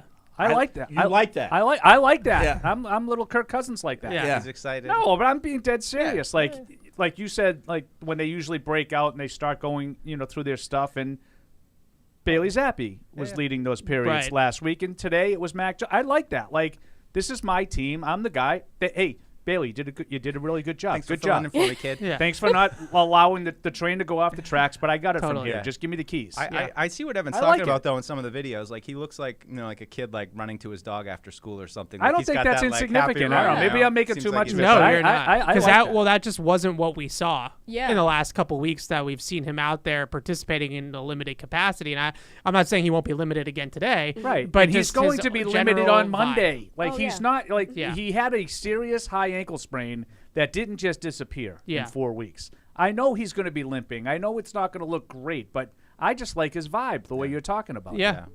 And it might be too like maybe today's the first chance he actually gets to get into practice, and he's excited to actually practice. He knows he's going to be This doing is the something. first week that maybe he's starting the practice week knowing Naked. that he's got a chance to play. Well, I just will say that based off of what you hear, the rumblings around the bill, he did take part a little bit in practice last week at times. And that's why he traveled to Cleveland, because there was a chance that he was going to play in that game on Sunday. I think on Saturday night, they sort of made that decision that, look, with the Monday night game the next week, we have a little bit of a longer week. Let's play this safe and go one more week with it and make sure that we're 100% or close to it, as close to it as he can. But last week it was not all Zappy taking first team reps. There were some instances where Mac Jones was circling in there as well. So I think every single week we see a little bit more. But today, we keep saying, it was just sort of the way he was carrying himself. Yeah. It's just a different type of swagger. I'm back. Yeah. Yeah. All right, 855-PATS-500 is the Ace Ticket hotline. Again, I want to thank Pete in Ottawa for buying lunch today. Thanks, Pete. It was delicious. Thank you. Let's go to Matt in Arizona. What's up, Matt? Hello. Hey. Hey, everyone. Happy Sports Equinox Thursday. Sports Equinox. All the sports are playing today. Oh, wow. So I know you guys don't get into all the trade rumors, but I see that Shaq Mason from the Panthers is potentially available. Is that something they would look into, possibly? Shaq Thompson. Shaq Thompson from the Panthers. I think everybody's Do you think pretty much Do you think available. he'd be a viable option, and how he would fit in? I don't know. I mean, I think he's more of those undersized guys, right? Yeah, I'm over chasing the speed at linebacker. I think unless you're getting a player that is a freak and has that kind of speed with some size to him as well, like prime Jamie Collins is like the example I always go back to, which is only a handful of guys on the planet that are 255 pounds that moved like Jamie Collins did. What's the difference between a guy like Shaq Thompson and just playing Kyle Duggar at the linebacker level, or Adrian Phillips at linebacker, or Mac Wilson? Yeah. I just don't know if there's a huge advantage. Go back to your Derek Brown thing. I think that's the guy. Yes, yeah. Thanks for the call, Matt. Let's go to Mike in Connecticut. What's up, Mike? How you guys doing? Good. Hey, Mike. I remember you guys were talking earlier before the break about, and Paul said too, it's good to keep Zappy as a backup because he's cheap. I think he's played well enough to keep that spot from Hoyer, and I mean, I'd rather see Zappy play if that was the case over Hoyer at this point. I'm Team Mac, by the way. I just want to get that clear. Okay, gotcha. Noted. I think it'd be good to keep him, and I want him to push Mac. I don't want Mac to, if it was the case, I don't want Mac to whine about Zappy being over his shoulder or whatever. Like, go beat him out then. If you're as good as you possibly think you are, you shouldn't have anything to worry about. Yep. Agreed. That's right. Totally agree. And then the last thing I wanted to, and I guess it's great that Evan's there. Are we ever going to really see, and maybe if Mac comes back, maybe we'll see that this week and maybe as we go forward, but are we going to ever see, like, more pre-snap motion? I feel like when we watched the Dolphins versus week 1, they had Tyreek Hill running all over the place. And I know that we don't maybe have someone like that, maybe Tyquan Thornton, we don't know. But, like, I feel like even with Kendrick Bourne, getting those guys moving before the snap could help out Mac or Zappy and then get them going up the field with some speed. Yeah, I've been harping on that since week 1, and they're still near the bottom of the league in pre-snap motion, and I don't think it's something that they are super crazy about. Now, I think the one thing that definitely changes when you have a rookie quarterback is that sometimes the pre-snap motion can actually cause a lot of confusion for both the offense and the defense, but obviously you're doing it to cause the defensive confusion. But offensively, you're changing the formation, you're changing the coverage structure, and there's different reads and things like that you're going to have to make in a split second because of that motion. So a less experienced quarterback, you usually dial back things like motion. Now, play action, that's different. That's something that you always want to use in general, but especially with the younger quarterback. But when it comes to motioning guys, that is kind of like, more graduate level type of stuff for the most part. Yep. Yeah, and I agree they definitely need to use more play action with Mac. I think whatever the low percentage it was when he was in there is just embarrassingly low. Yeah, especially with how well they've run the ball. And I know that's a cliche because you don't have to run the ball well to play action effectively, but I think it helps. So the better you run the ball, I think it helps you. The threat of the run. And they, there were times where they were running the ball reasonably well, and they still haven't really used a ton of play action with Mac this year. Not like last year, and not like since Zappy has taken over. Yeah, I wouldn't I agree with the nerds in the fact that the volume of running doesn't necessarily impact the play action, but the formation, the blocking scheme, the timing of the play, personnel. I think all those types of things. When you put run personnel on the field and you're in a run formation and then you mimic a run with your offensive line, that's how you sell play action, and that's what makes it so effective. So I think that there is a lot to be said for the fact that you got to time up play action on first and second down with that sort of look to it, it looks like you're running the football, but you're not. And I think that that's why it's been so successful over the last couple of weeks. Matt's in Florida. What's up, Matt? Hi, first time, long time. Thank you. I moved down here about 15 years ago to Florida, and you guys have been keeping me in the loop, so I appreciate it. Where'd you move from? Cape Cod, Sandwich, Mass. Oh, that's where I live. Good for you. Maybe Why'd you leave? Maybe you moved into his house. Why'd you leave paradise? My family moved down here. Oh, okay. Paradise. I was in high school. I didn't have a say in the matter, but I'm calling because kind of last minute I've been able to schedule a trip up there. I'm going to be able to go see my first game at Gillette. Oh. Really excited. Then I'm going to be spending a week on the Cape with my girlfriend, and hopefully, fingers crossed, come back engaged. So. Whoa. A lot of pressure. Wow. Sucking it up with a hot tub with a she's soulmate. not listening. Yeah. I got engaged on the Cape. What, do you got a whole plan? Is she aware this is coming? Yeah, we've been together for 10 years, so we've had It's plenty about of time time. to Wow. talk about It's it. kind of slacker, anticlimactic at this Trust me, I point. know. You cannot be talking. Yeah. It's only been 3. Where are you gonna But, go? Where are you yeah, gonna go on I the Cape? got- You got a spot picked out? Everything? Going over Yeah, to I the got pilot an house. Airbnb on Sandwich, and we're going to be spending want some Fred to time come over and help doing you out day here? trips to Boston. Fred, you should come over and give him your blessing. Yeah, I'll present the ring. It's like Prima Nocta with Fred. So who do you like, Mac Yeah. or Bill Zappy? Yeah, I know. I was calling because I also wanted to get him Paul's poll here. Nice. Get on that And I pole. know Ride that Paul's pole. favorite thing. I call in right after we get the report from Evan, but I am on Team Mac. Okay. I think Now Fred will although, definitely like give you his Paul- blessing. like Paul, I started having some mixed feelings after watching Zappy that game, but kind of what I've come to think is that for the first time in a long time, I don't think Bill's main goal this year is winning. I think a lot of people kind of got that idea with Cam Newton and last year making it to the playoffs, but I think if you look at, not going after an offense coordinator, not bringing back, the old folks home of linebackers and starting all these rookies and everything, I think his main goal is trying to get Mac to start doing some things different. And that's kind of what led to all the turnovers. And, we'll see here going forward. But I think we got to give Mac some time to make those mistakes, like Fred was saying, and start making some plays downfield. Interesting. All right. Thanks, Matt. Well, good luck, Matt. Yeah. Fred will see you next Hope month. she says yes. Yeah. Yeah. So I think he said Nope. that in an interesting way, and I don't necessarily agree with it literally, like that Bill's not interested in winning. I mean, obviously, he cares a lot about winning, but I do think that there's something to be said of there was a sort of change in direction in terms of the personnel usage, right? We talked about this a lot. They're using a lot more young players than they have. Now, it's not just because, player X, Y, and Z is better than young player X, Y, and Z from the past. I think that's part of it. I think Jack Jones is better than Juwan Williams, as an example, okay? But it's not just that. I think he's shown more of a willingness to say, these kids are going to make some mistakes, but we're going to live through them, and we're going to be better off for them, much like the philosophy that Evan talked about offensively yesterday with Mac Jones. You understand what needs to be done to get where you want to go ultimately.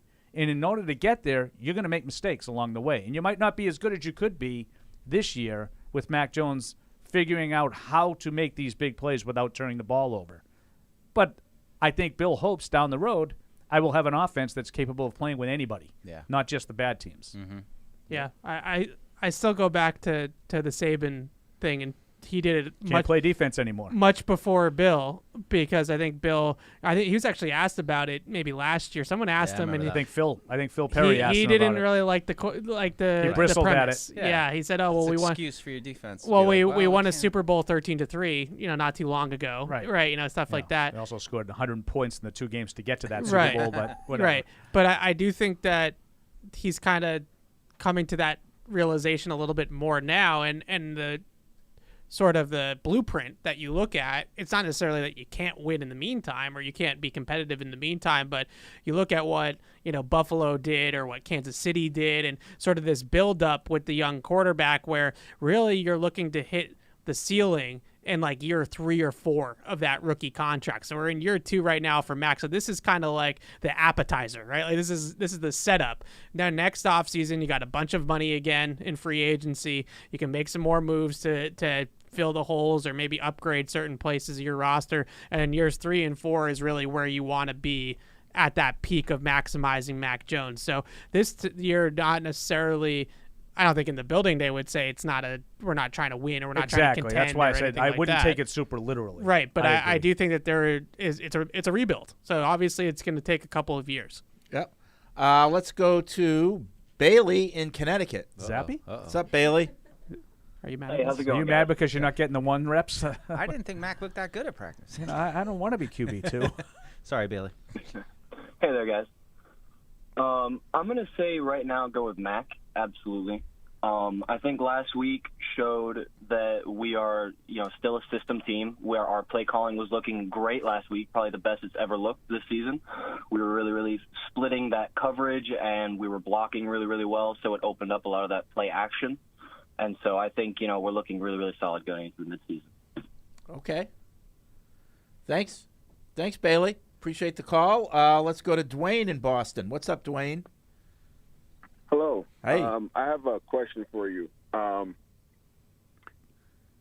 Over the last 8 games that Mac Jones has played, including the playoff loss to Buffalo, Mac Jones has only won 2 of those last 8 games that he started.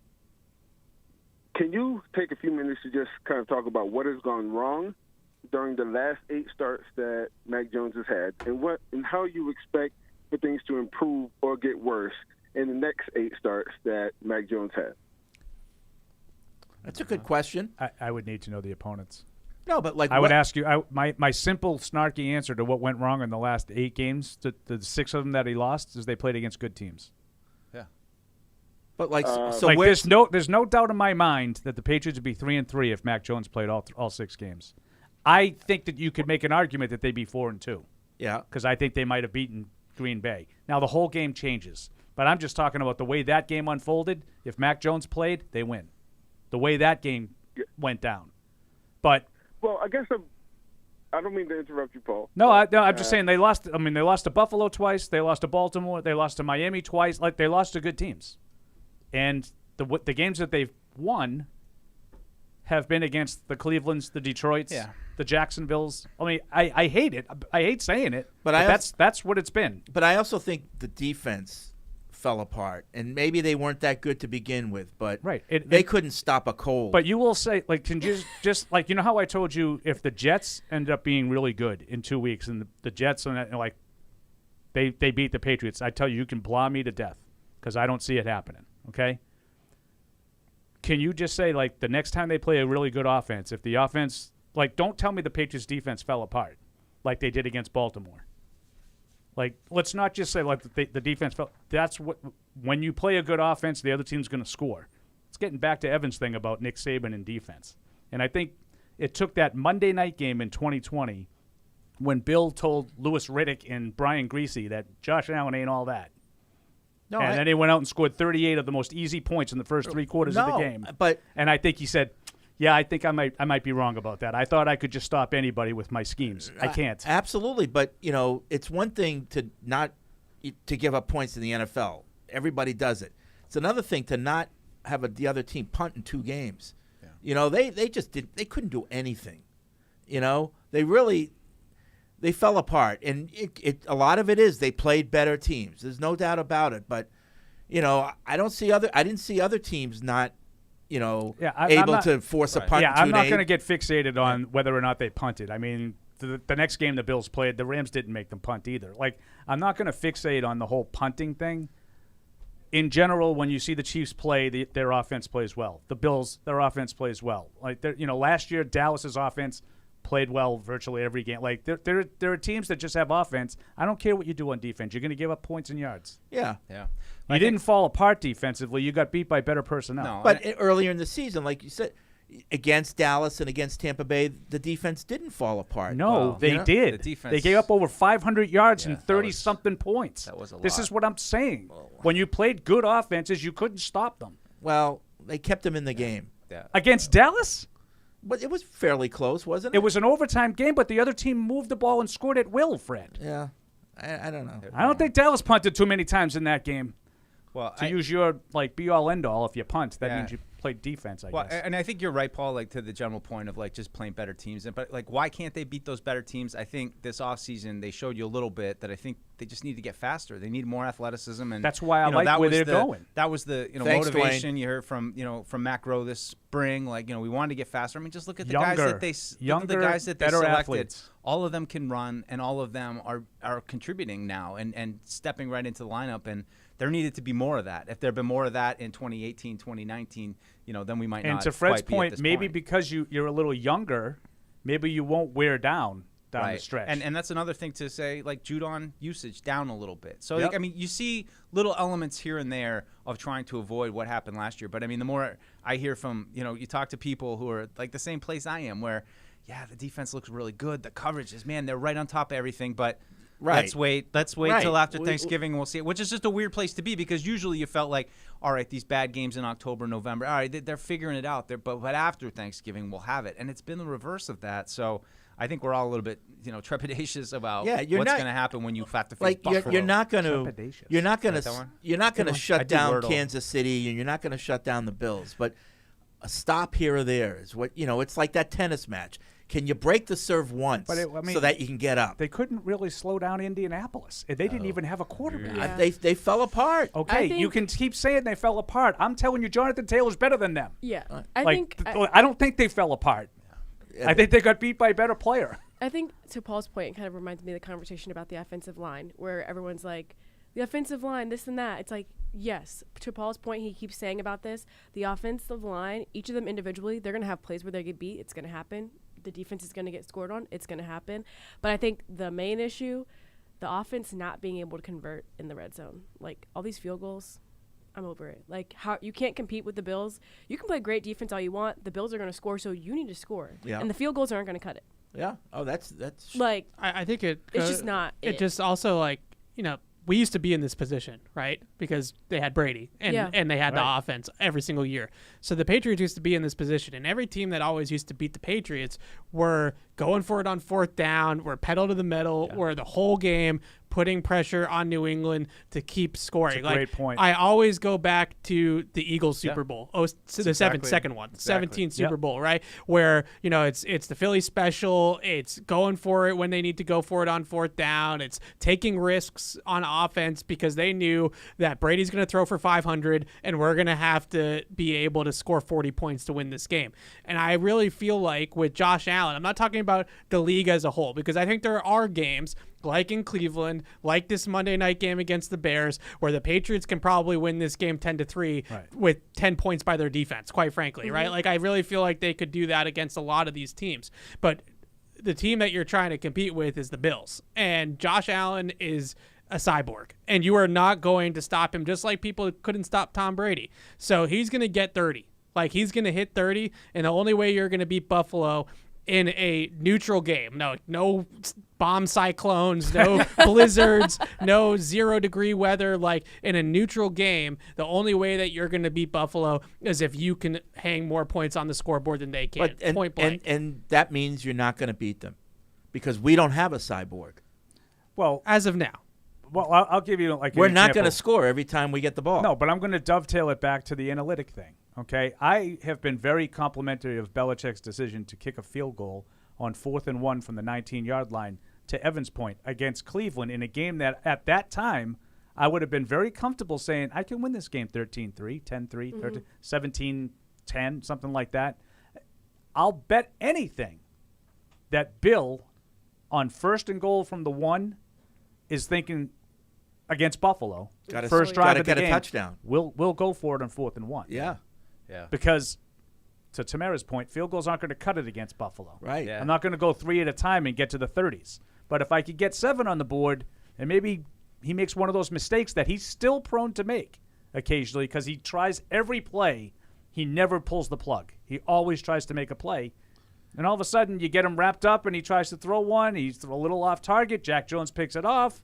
Yeah. And all of a sudden, you got a lead. And Yeah. that's the Patriots' secret sauce. Make the opponent chase. I thought of the same thing when Evan brought up Super Bowl 52 with, just always being impressed with what the Eagles did, their aggressiveness and everything Evan said.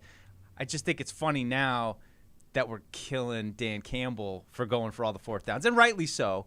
But it's just a different situation. I only killed him for one. You You know know what what I I mean? Yeah. Just generally. But I would never tell somebody on 4th and 9 from, field goal range to say that it's a better chance to go for it on 4th and 9. 4th and 1? Like the Philly special?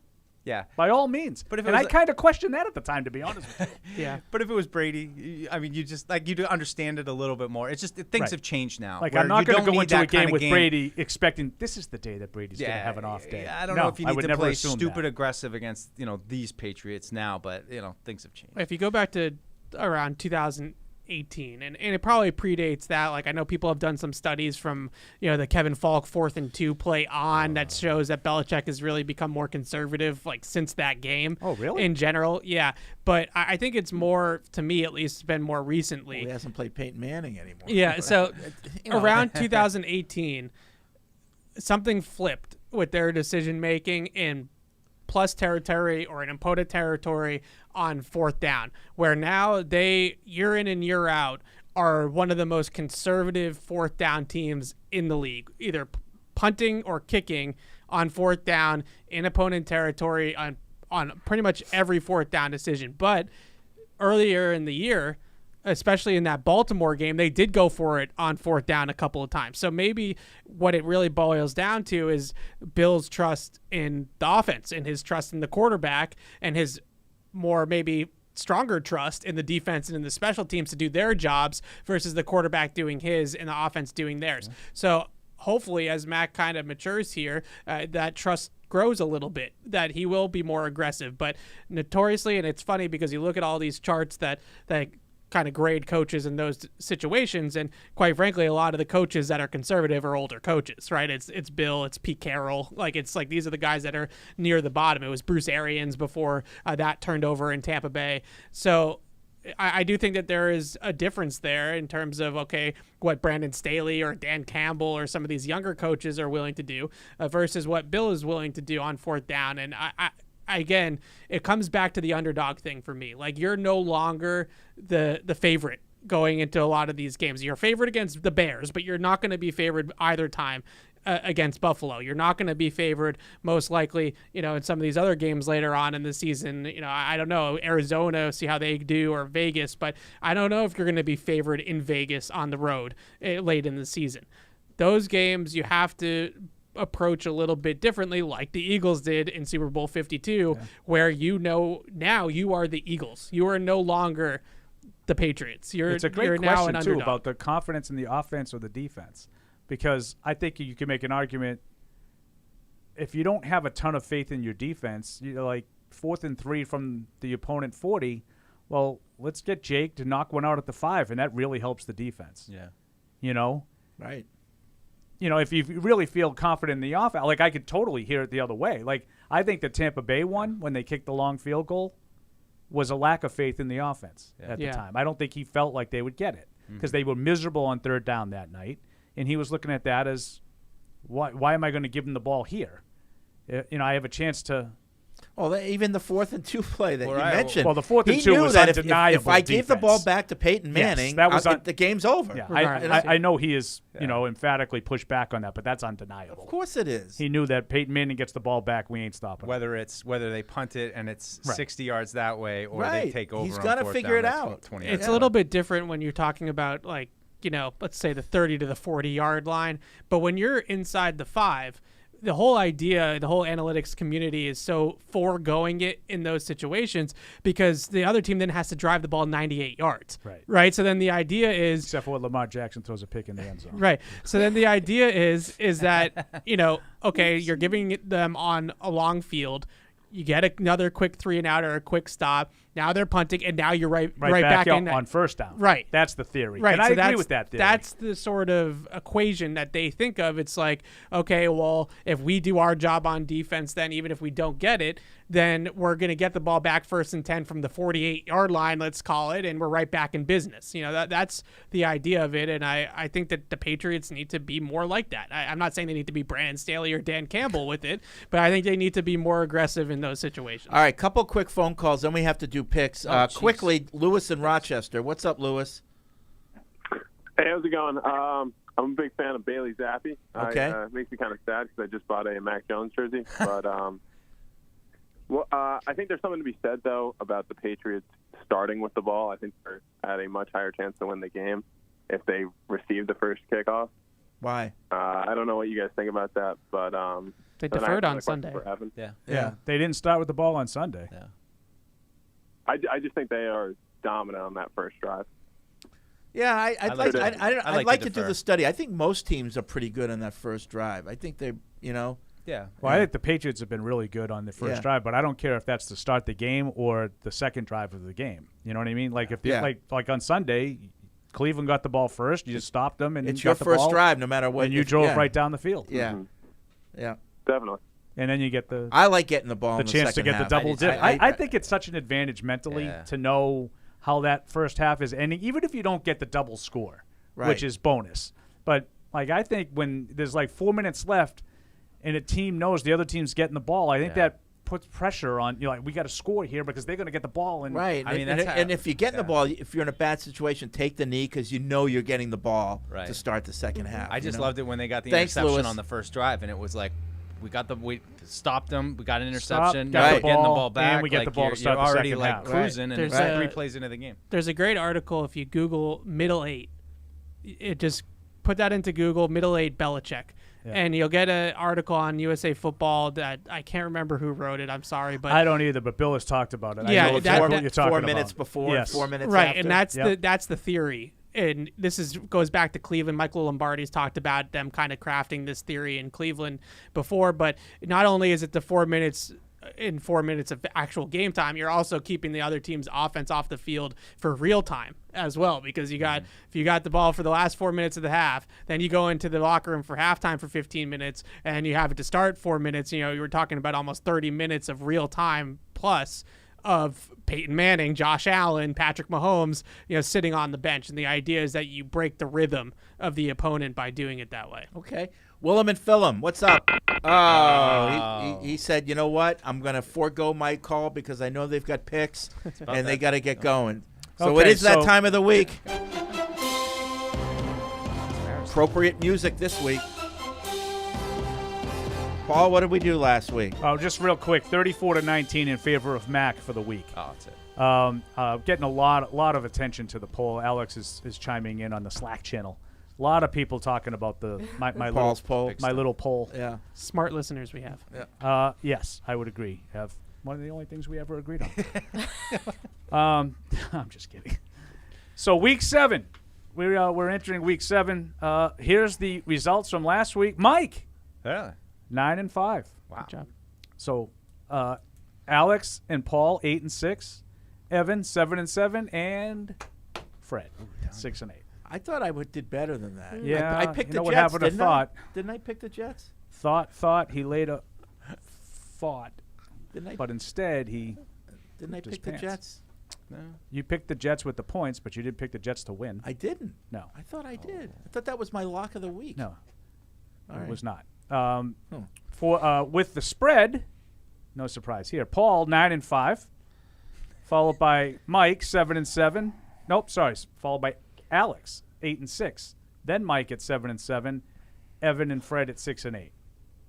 So overall season standings, no surprise. 58-35-1. Paul leads the way. Mike 53-40-1.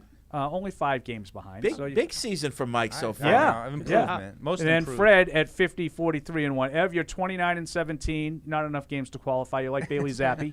I'll take that, though. It's solid numbers. You have a 630 winning percentage. That's a solid number, right in line with the leader. So you should be proud you can hang out with me. I'm leading the league in passer rating. Right. Alex is 38 and 24, 613. So she's a little bit behind Evan. Among those. Tamara, you're still 7, 8, and 1 because you haven't participated since week 1. She also hasn't heard the practice song either. So you get it. You get an incomplete for the semester. All right, we got to hurry. With the spread, Paul 55. We don't have to hurry. There's buys this week. 55, 37, and 2. Well ahead of the pack. Mike is next at 46, 46, and 2. Wow. 500 though. Hey. Fred 35, 57, and 2. Wow. Paul, stop laughing at him. Stop laughing, Paul Perillo. Alex, 30, 31, and 1.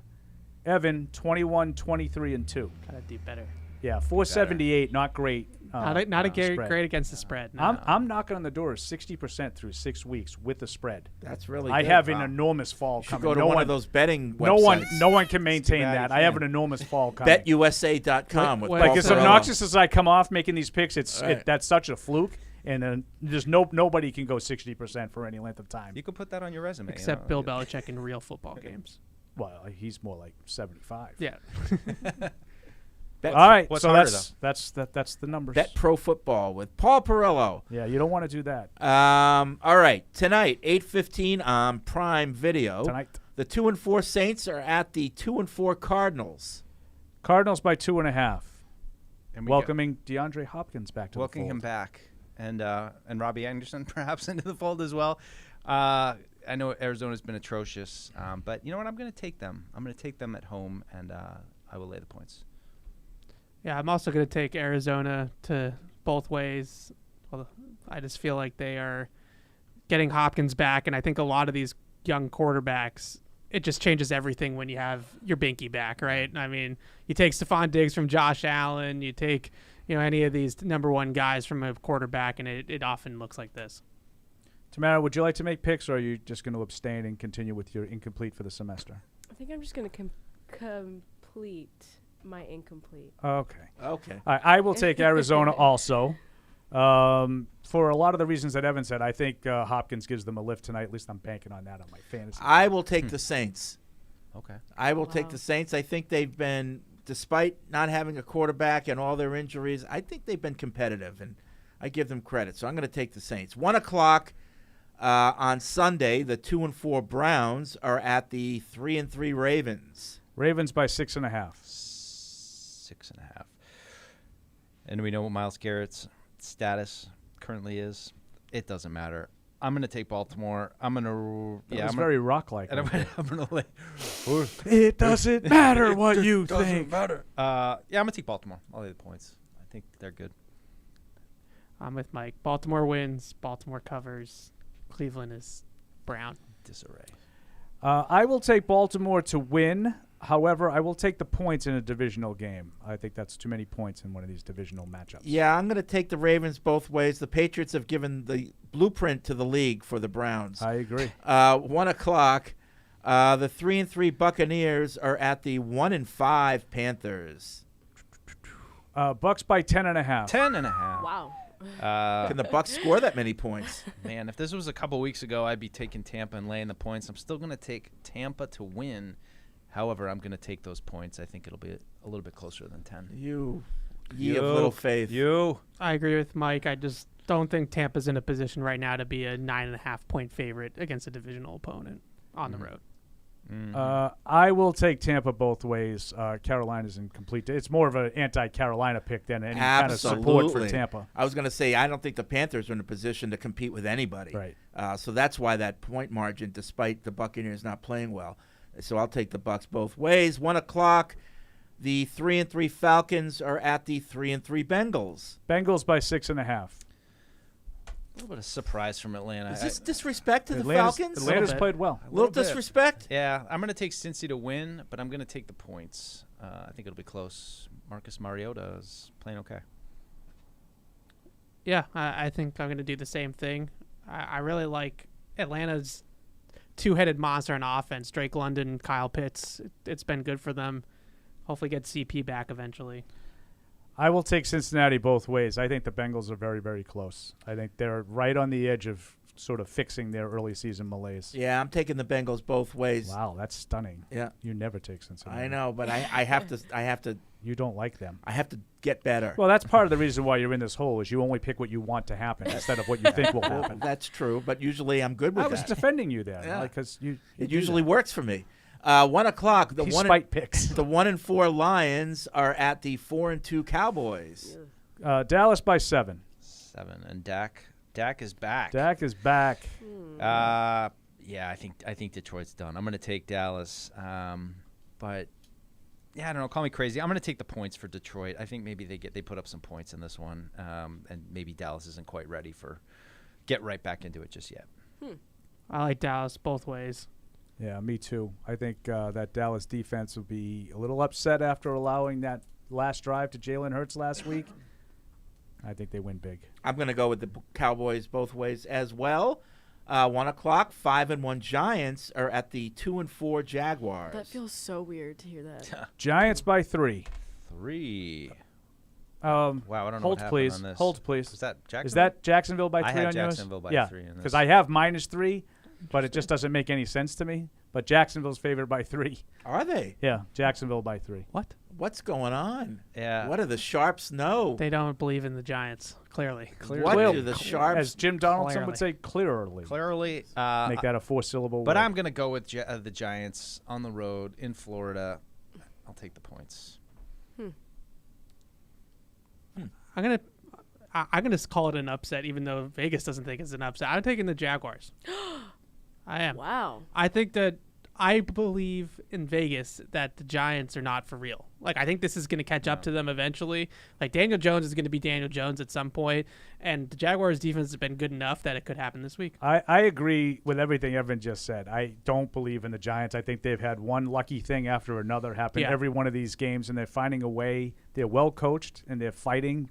I don't think they're very good. However, I got to take them. Yeah, I think I've lost every game that I've picked them this year. Same. When they lose, I'll start picking against them again.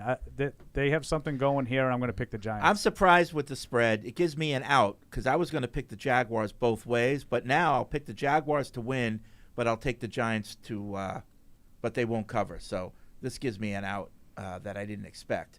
1 o'clock, the 3-2-1 Colts are at the 3-2 Titans, which they're getting an indoor stadium in Nashville. I thought that was weird. Because they won a Super Bowl, I would think, right? I guess, yeah. That'd be a good place for great place for a Super Bowl. That street will be like Bourbon Street. It'll be packed. Won't even be able to move. Yeah.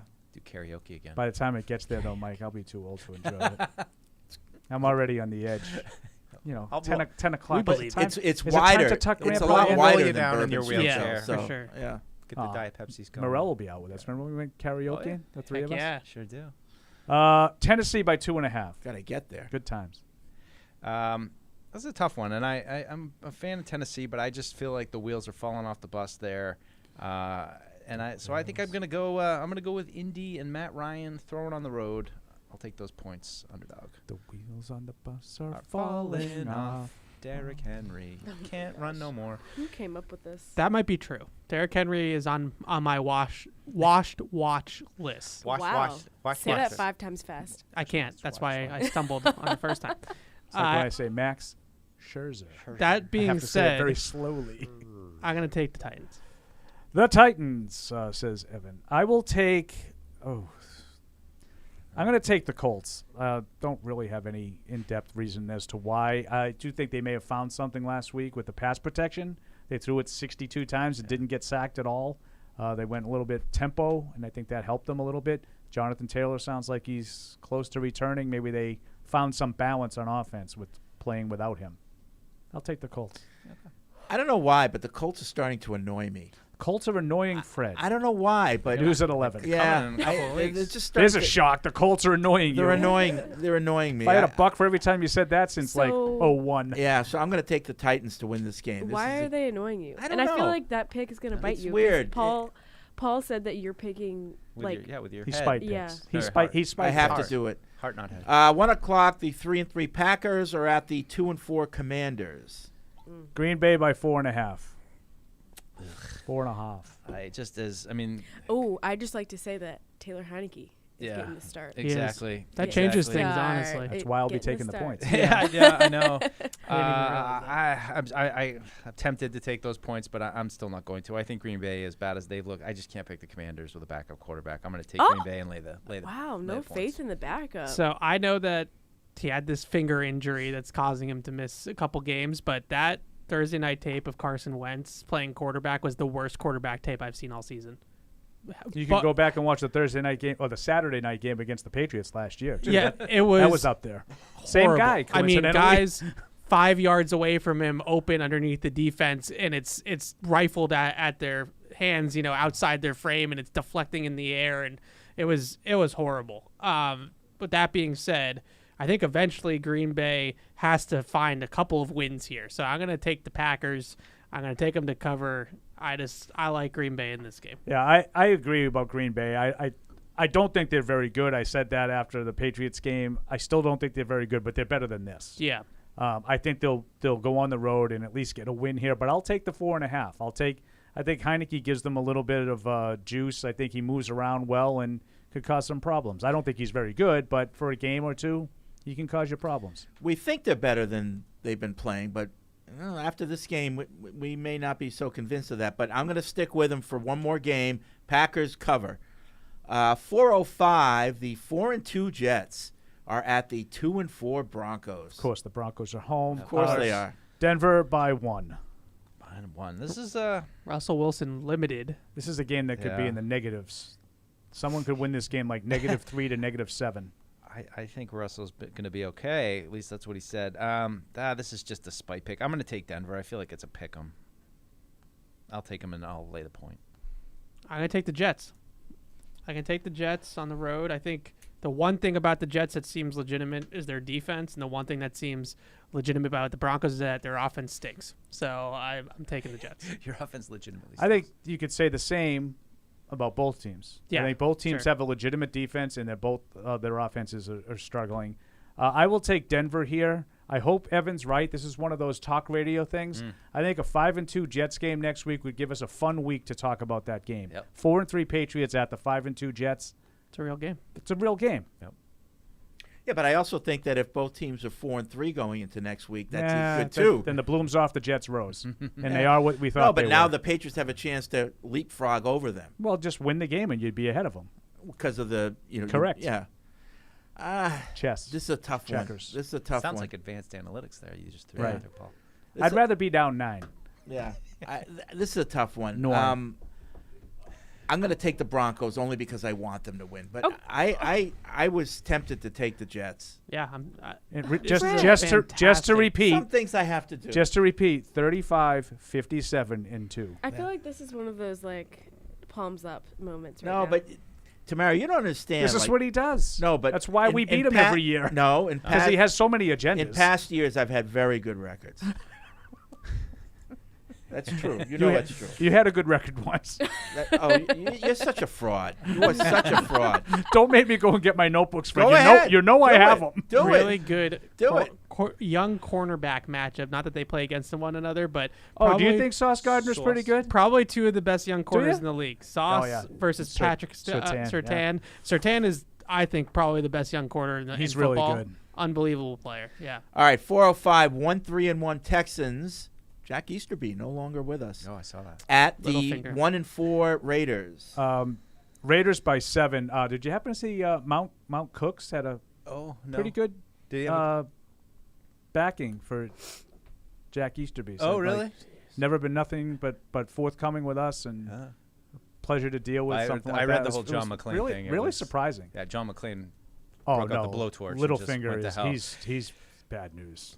Easterby, but Raiders by 7. Raiders by 7. That is a 1-win team, favored by 7 over probably the worst team in the league. Maybe I got to go with the Fighting Joshes. Give me the Fighting Joshes, and I'm going to lay the points. Big win for the Raiders. Let's go. Yeah, I think the Raiders win, but that's too many points. So I'll take the Raiders and I'll take Houston to cover. Yeah, I have to admit that's what I thought when I saw it, but I'm going to roll the dice and lay the points. I think the Raiders coming off the bye, maybe get right. Well, yeah, it's a get right game. Good, Mike. Right. The Sharps Good. know something. Raiders cover. 425. Yeah, we're in Vegas. The 3-3 Seahawks are at the 4-2 Chargers. Chargers by 6.5. Ooh, 6.5. That sounds about right. Yeah, I'm going to go with Justin Herbert. I think they've kind of overcome some of those injuries. They held the fort. They're still in Keenan there. Allen ever going to play again? I don't know. He said no this week. Really? Never Already? again? I'll never play Yeah. again. I'll lay the points, Paul. I'll take the Chargers and lay the points. Great quarterback matchup. The Fighting Genos versus You wouldn't Justin expect it, Herbert. would you? Yeah. I love it. I'm going to take the Chargers, though. I think that Justin Herbert is quickly climbing up that ranking of elite quarterbacks in this league. Maybe have him at like 5 or 6 right now. So you're laying the points too? Yeah. Yeah, I agree with you on Herbert, but there's something missing that I can't figure out why he doesn't win more. Yeah, it's a good point.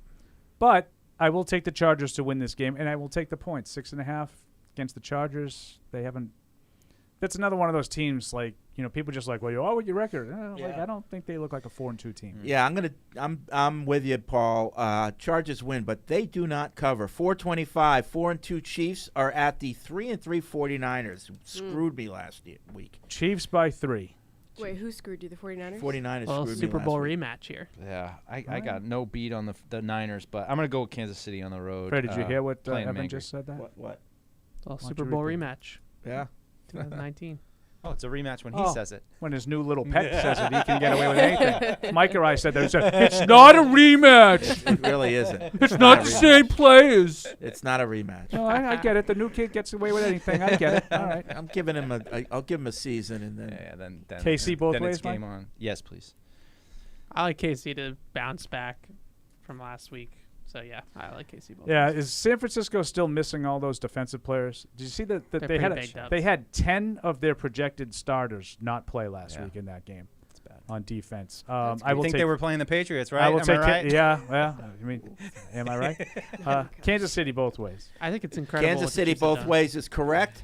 I love when Fred gives you the stamp of approval, Yeah. too. 8:20 Again, repeating, Sunday night 35, on 57, and NBC. The 2-4 Steelers are at the 3-3 Dolphins. Tua's back. I don't know how long that will last. I have some concerns. Miami by 7. 7. If he's okay, Yeah. I think Miami could make a little bit of a run. Me too. I'm going to go with Miami, and how many? I'm going to drop the 7. points too. I'm going to lay them. I'm with Miami both ways. Yeah, I'm going to bank on Tua being able to make it through this game, and if he does, I think they'll cover. Miami both This ways. is trending for a perfect week for me. I'm going to go That with audio. the Dolphins, but they do not cover. They do not cover. All right, Monday night. Another spite pick there. We don't have to skip Yeah. over No, we just go right the to it. Patriots because they're the only show in town on Monday.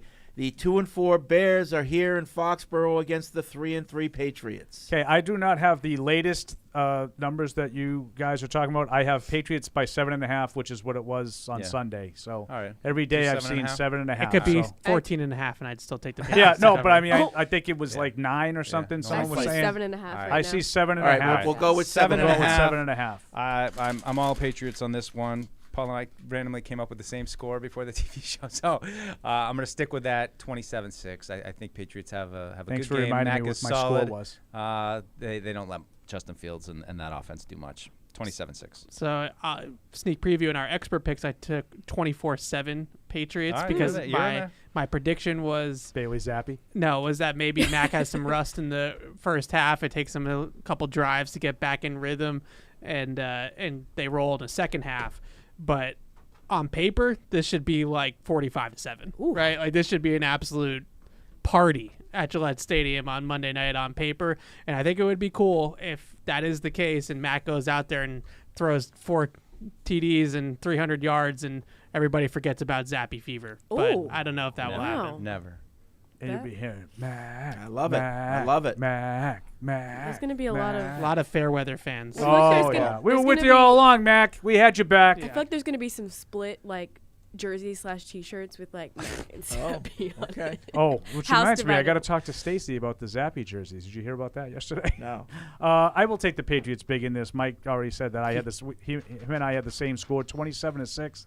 I don't see any way that Chicago has to keep up offensively, even if the Patriots don't play, even if there is rust. I have a prediction They can't move. By Monday night, that spread's going to be 11 because the New England money's just going to keep coming in, and they're going to need to get even it out. It's going to be hard.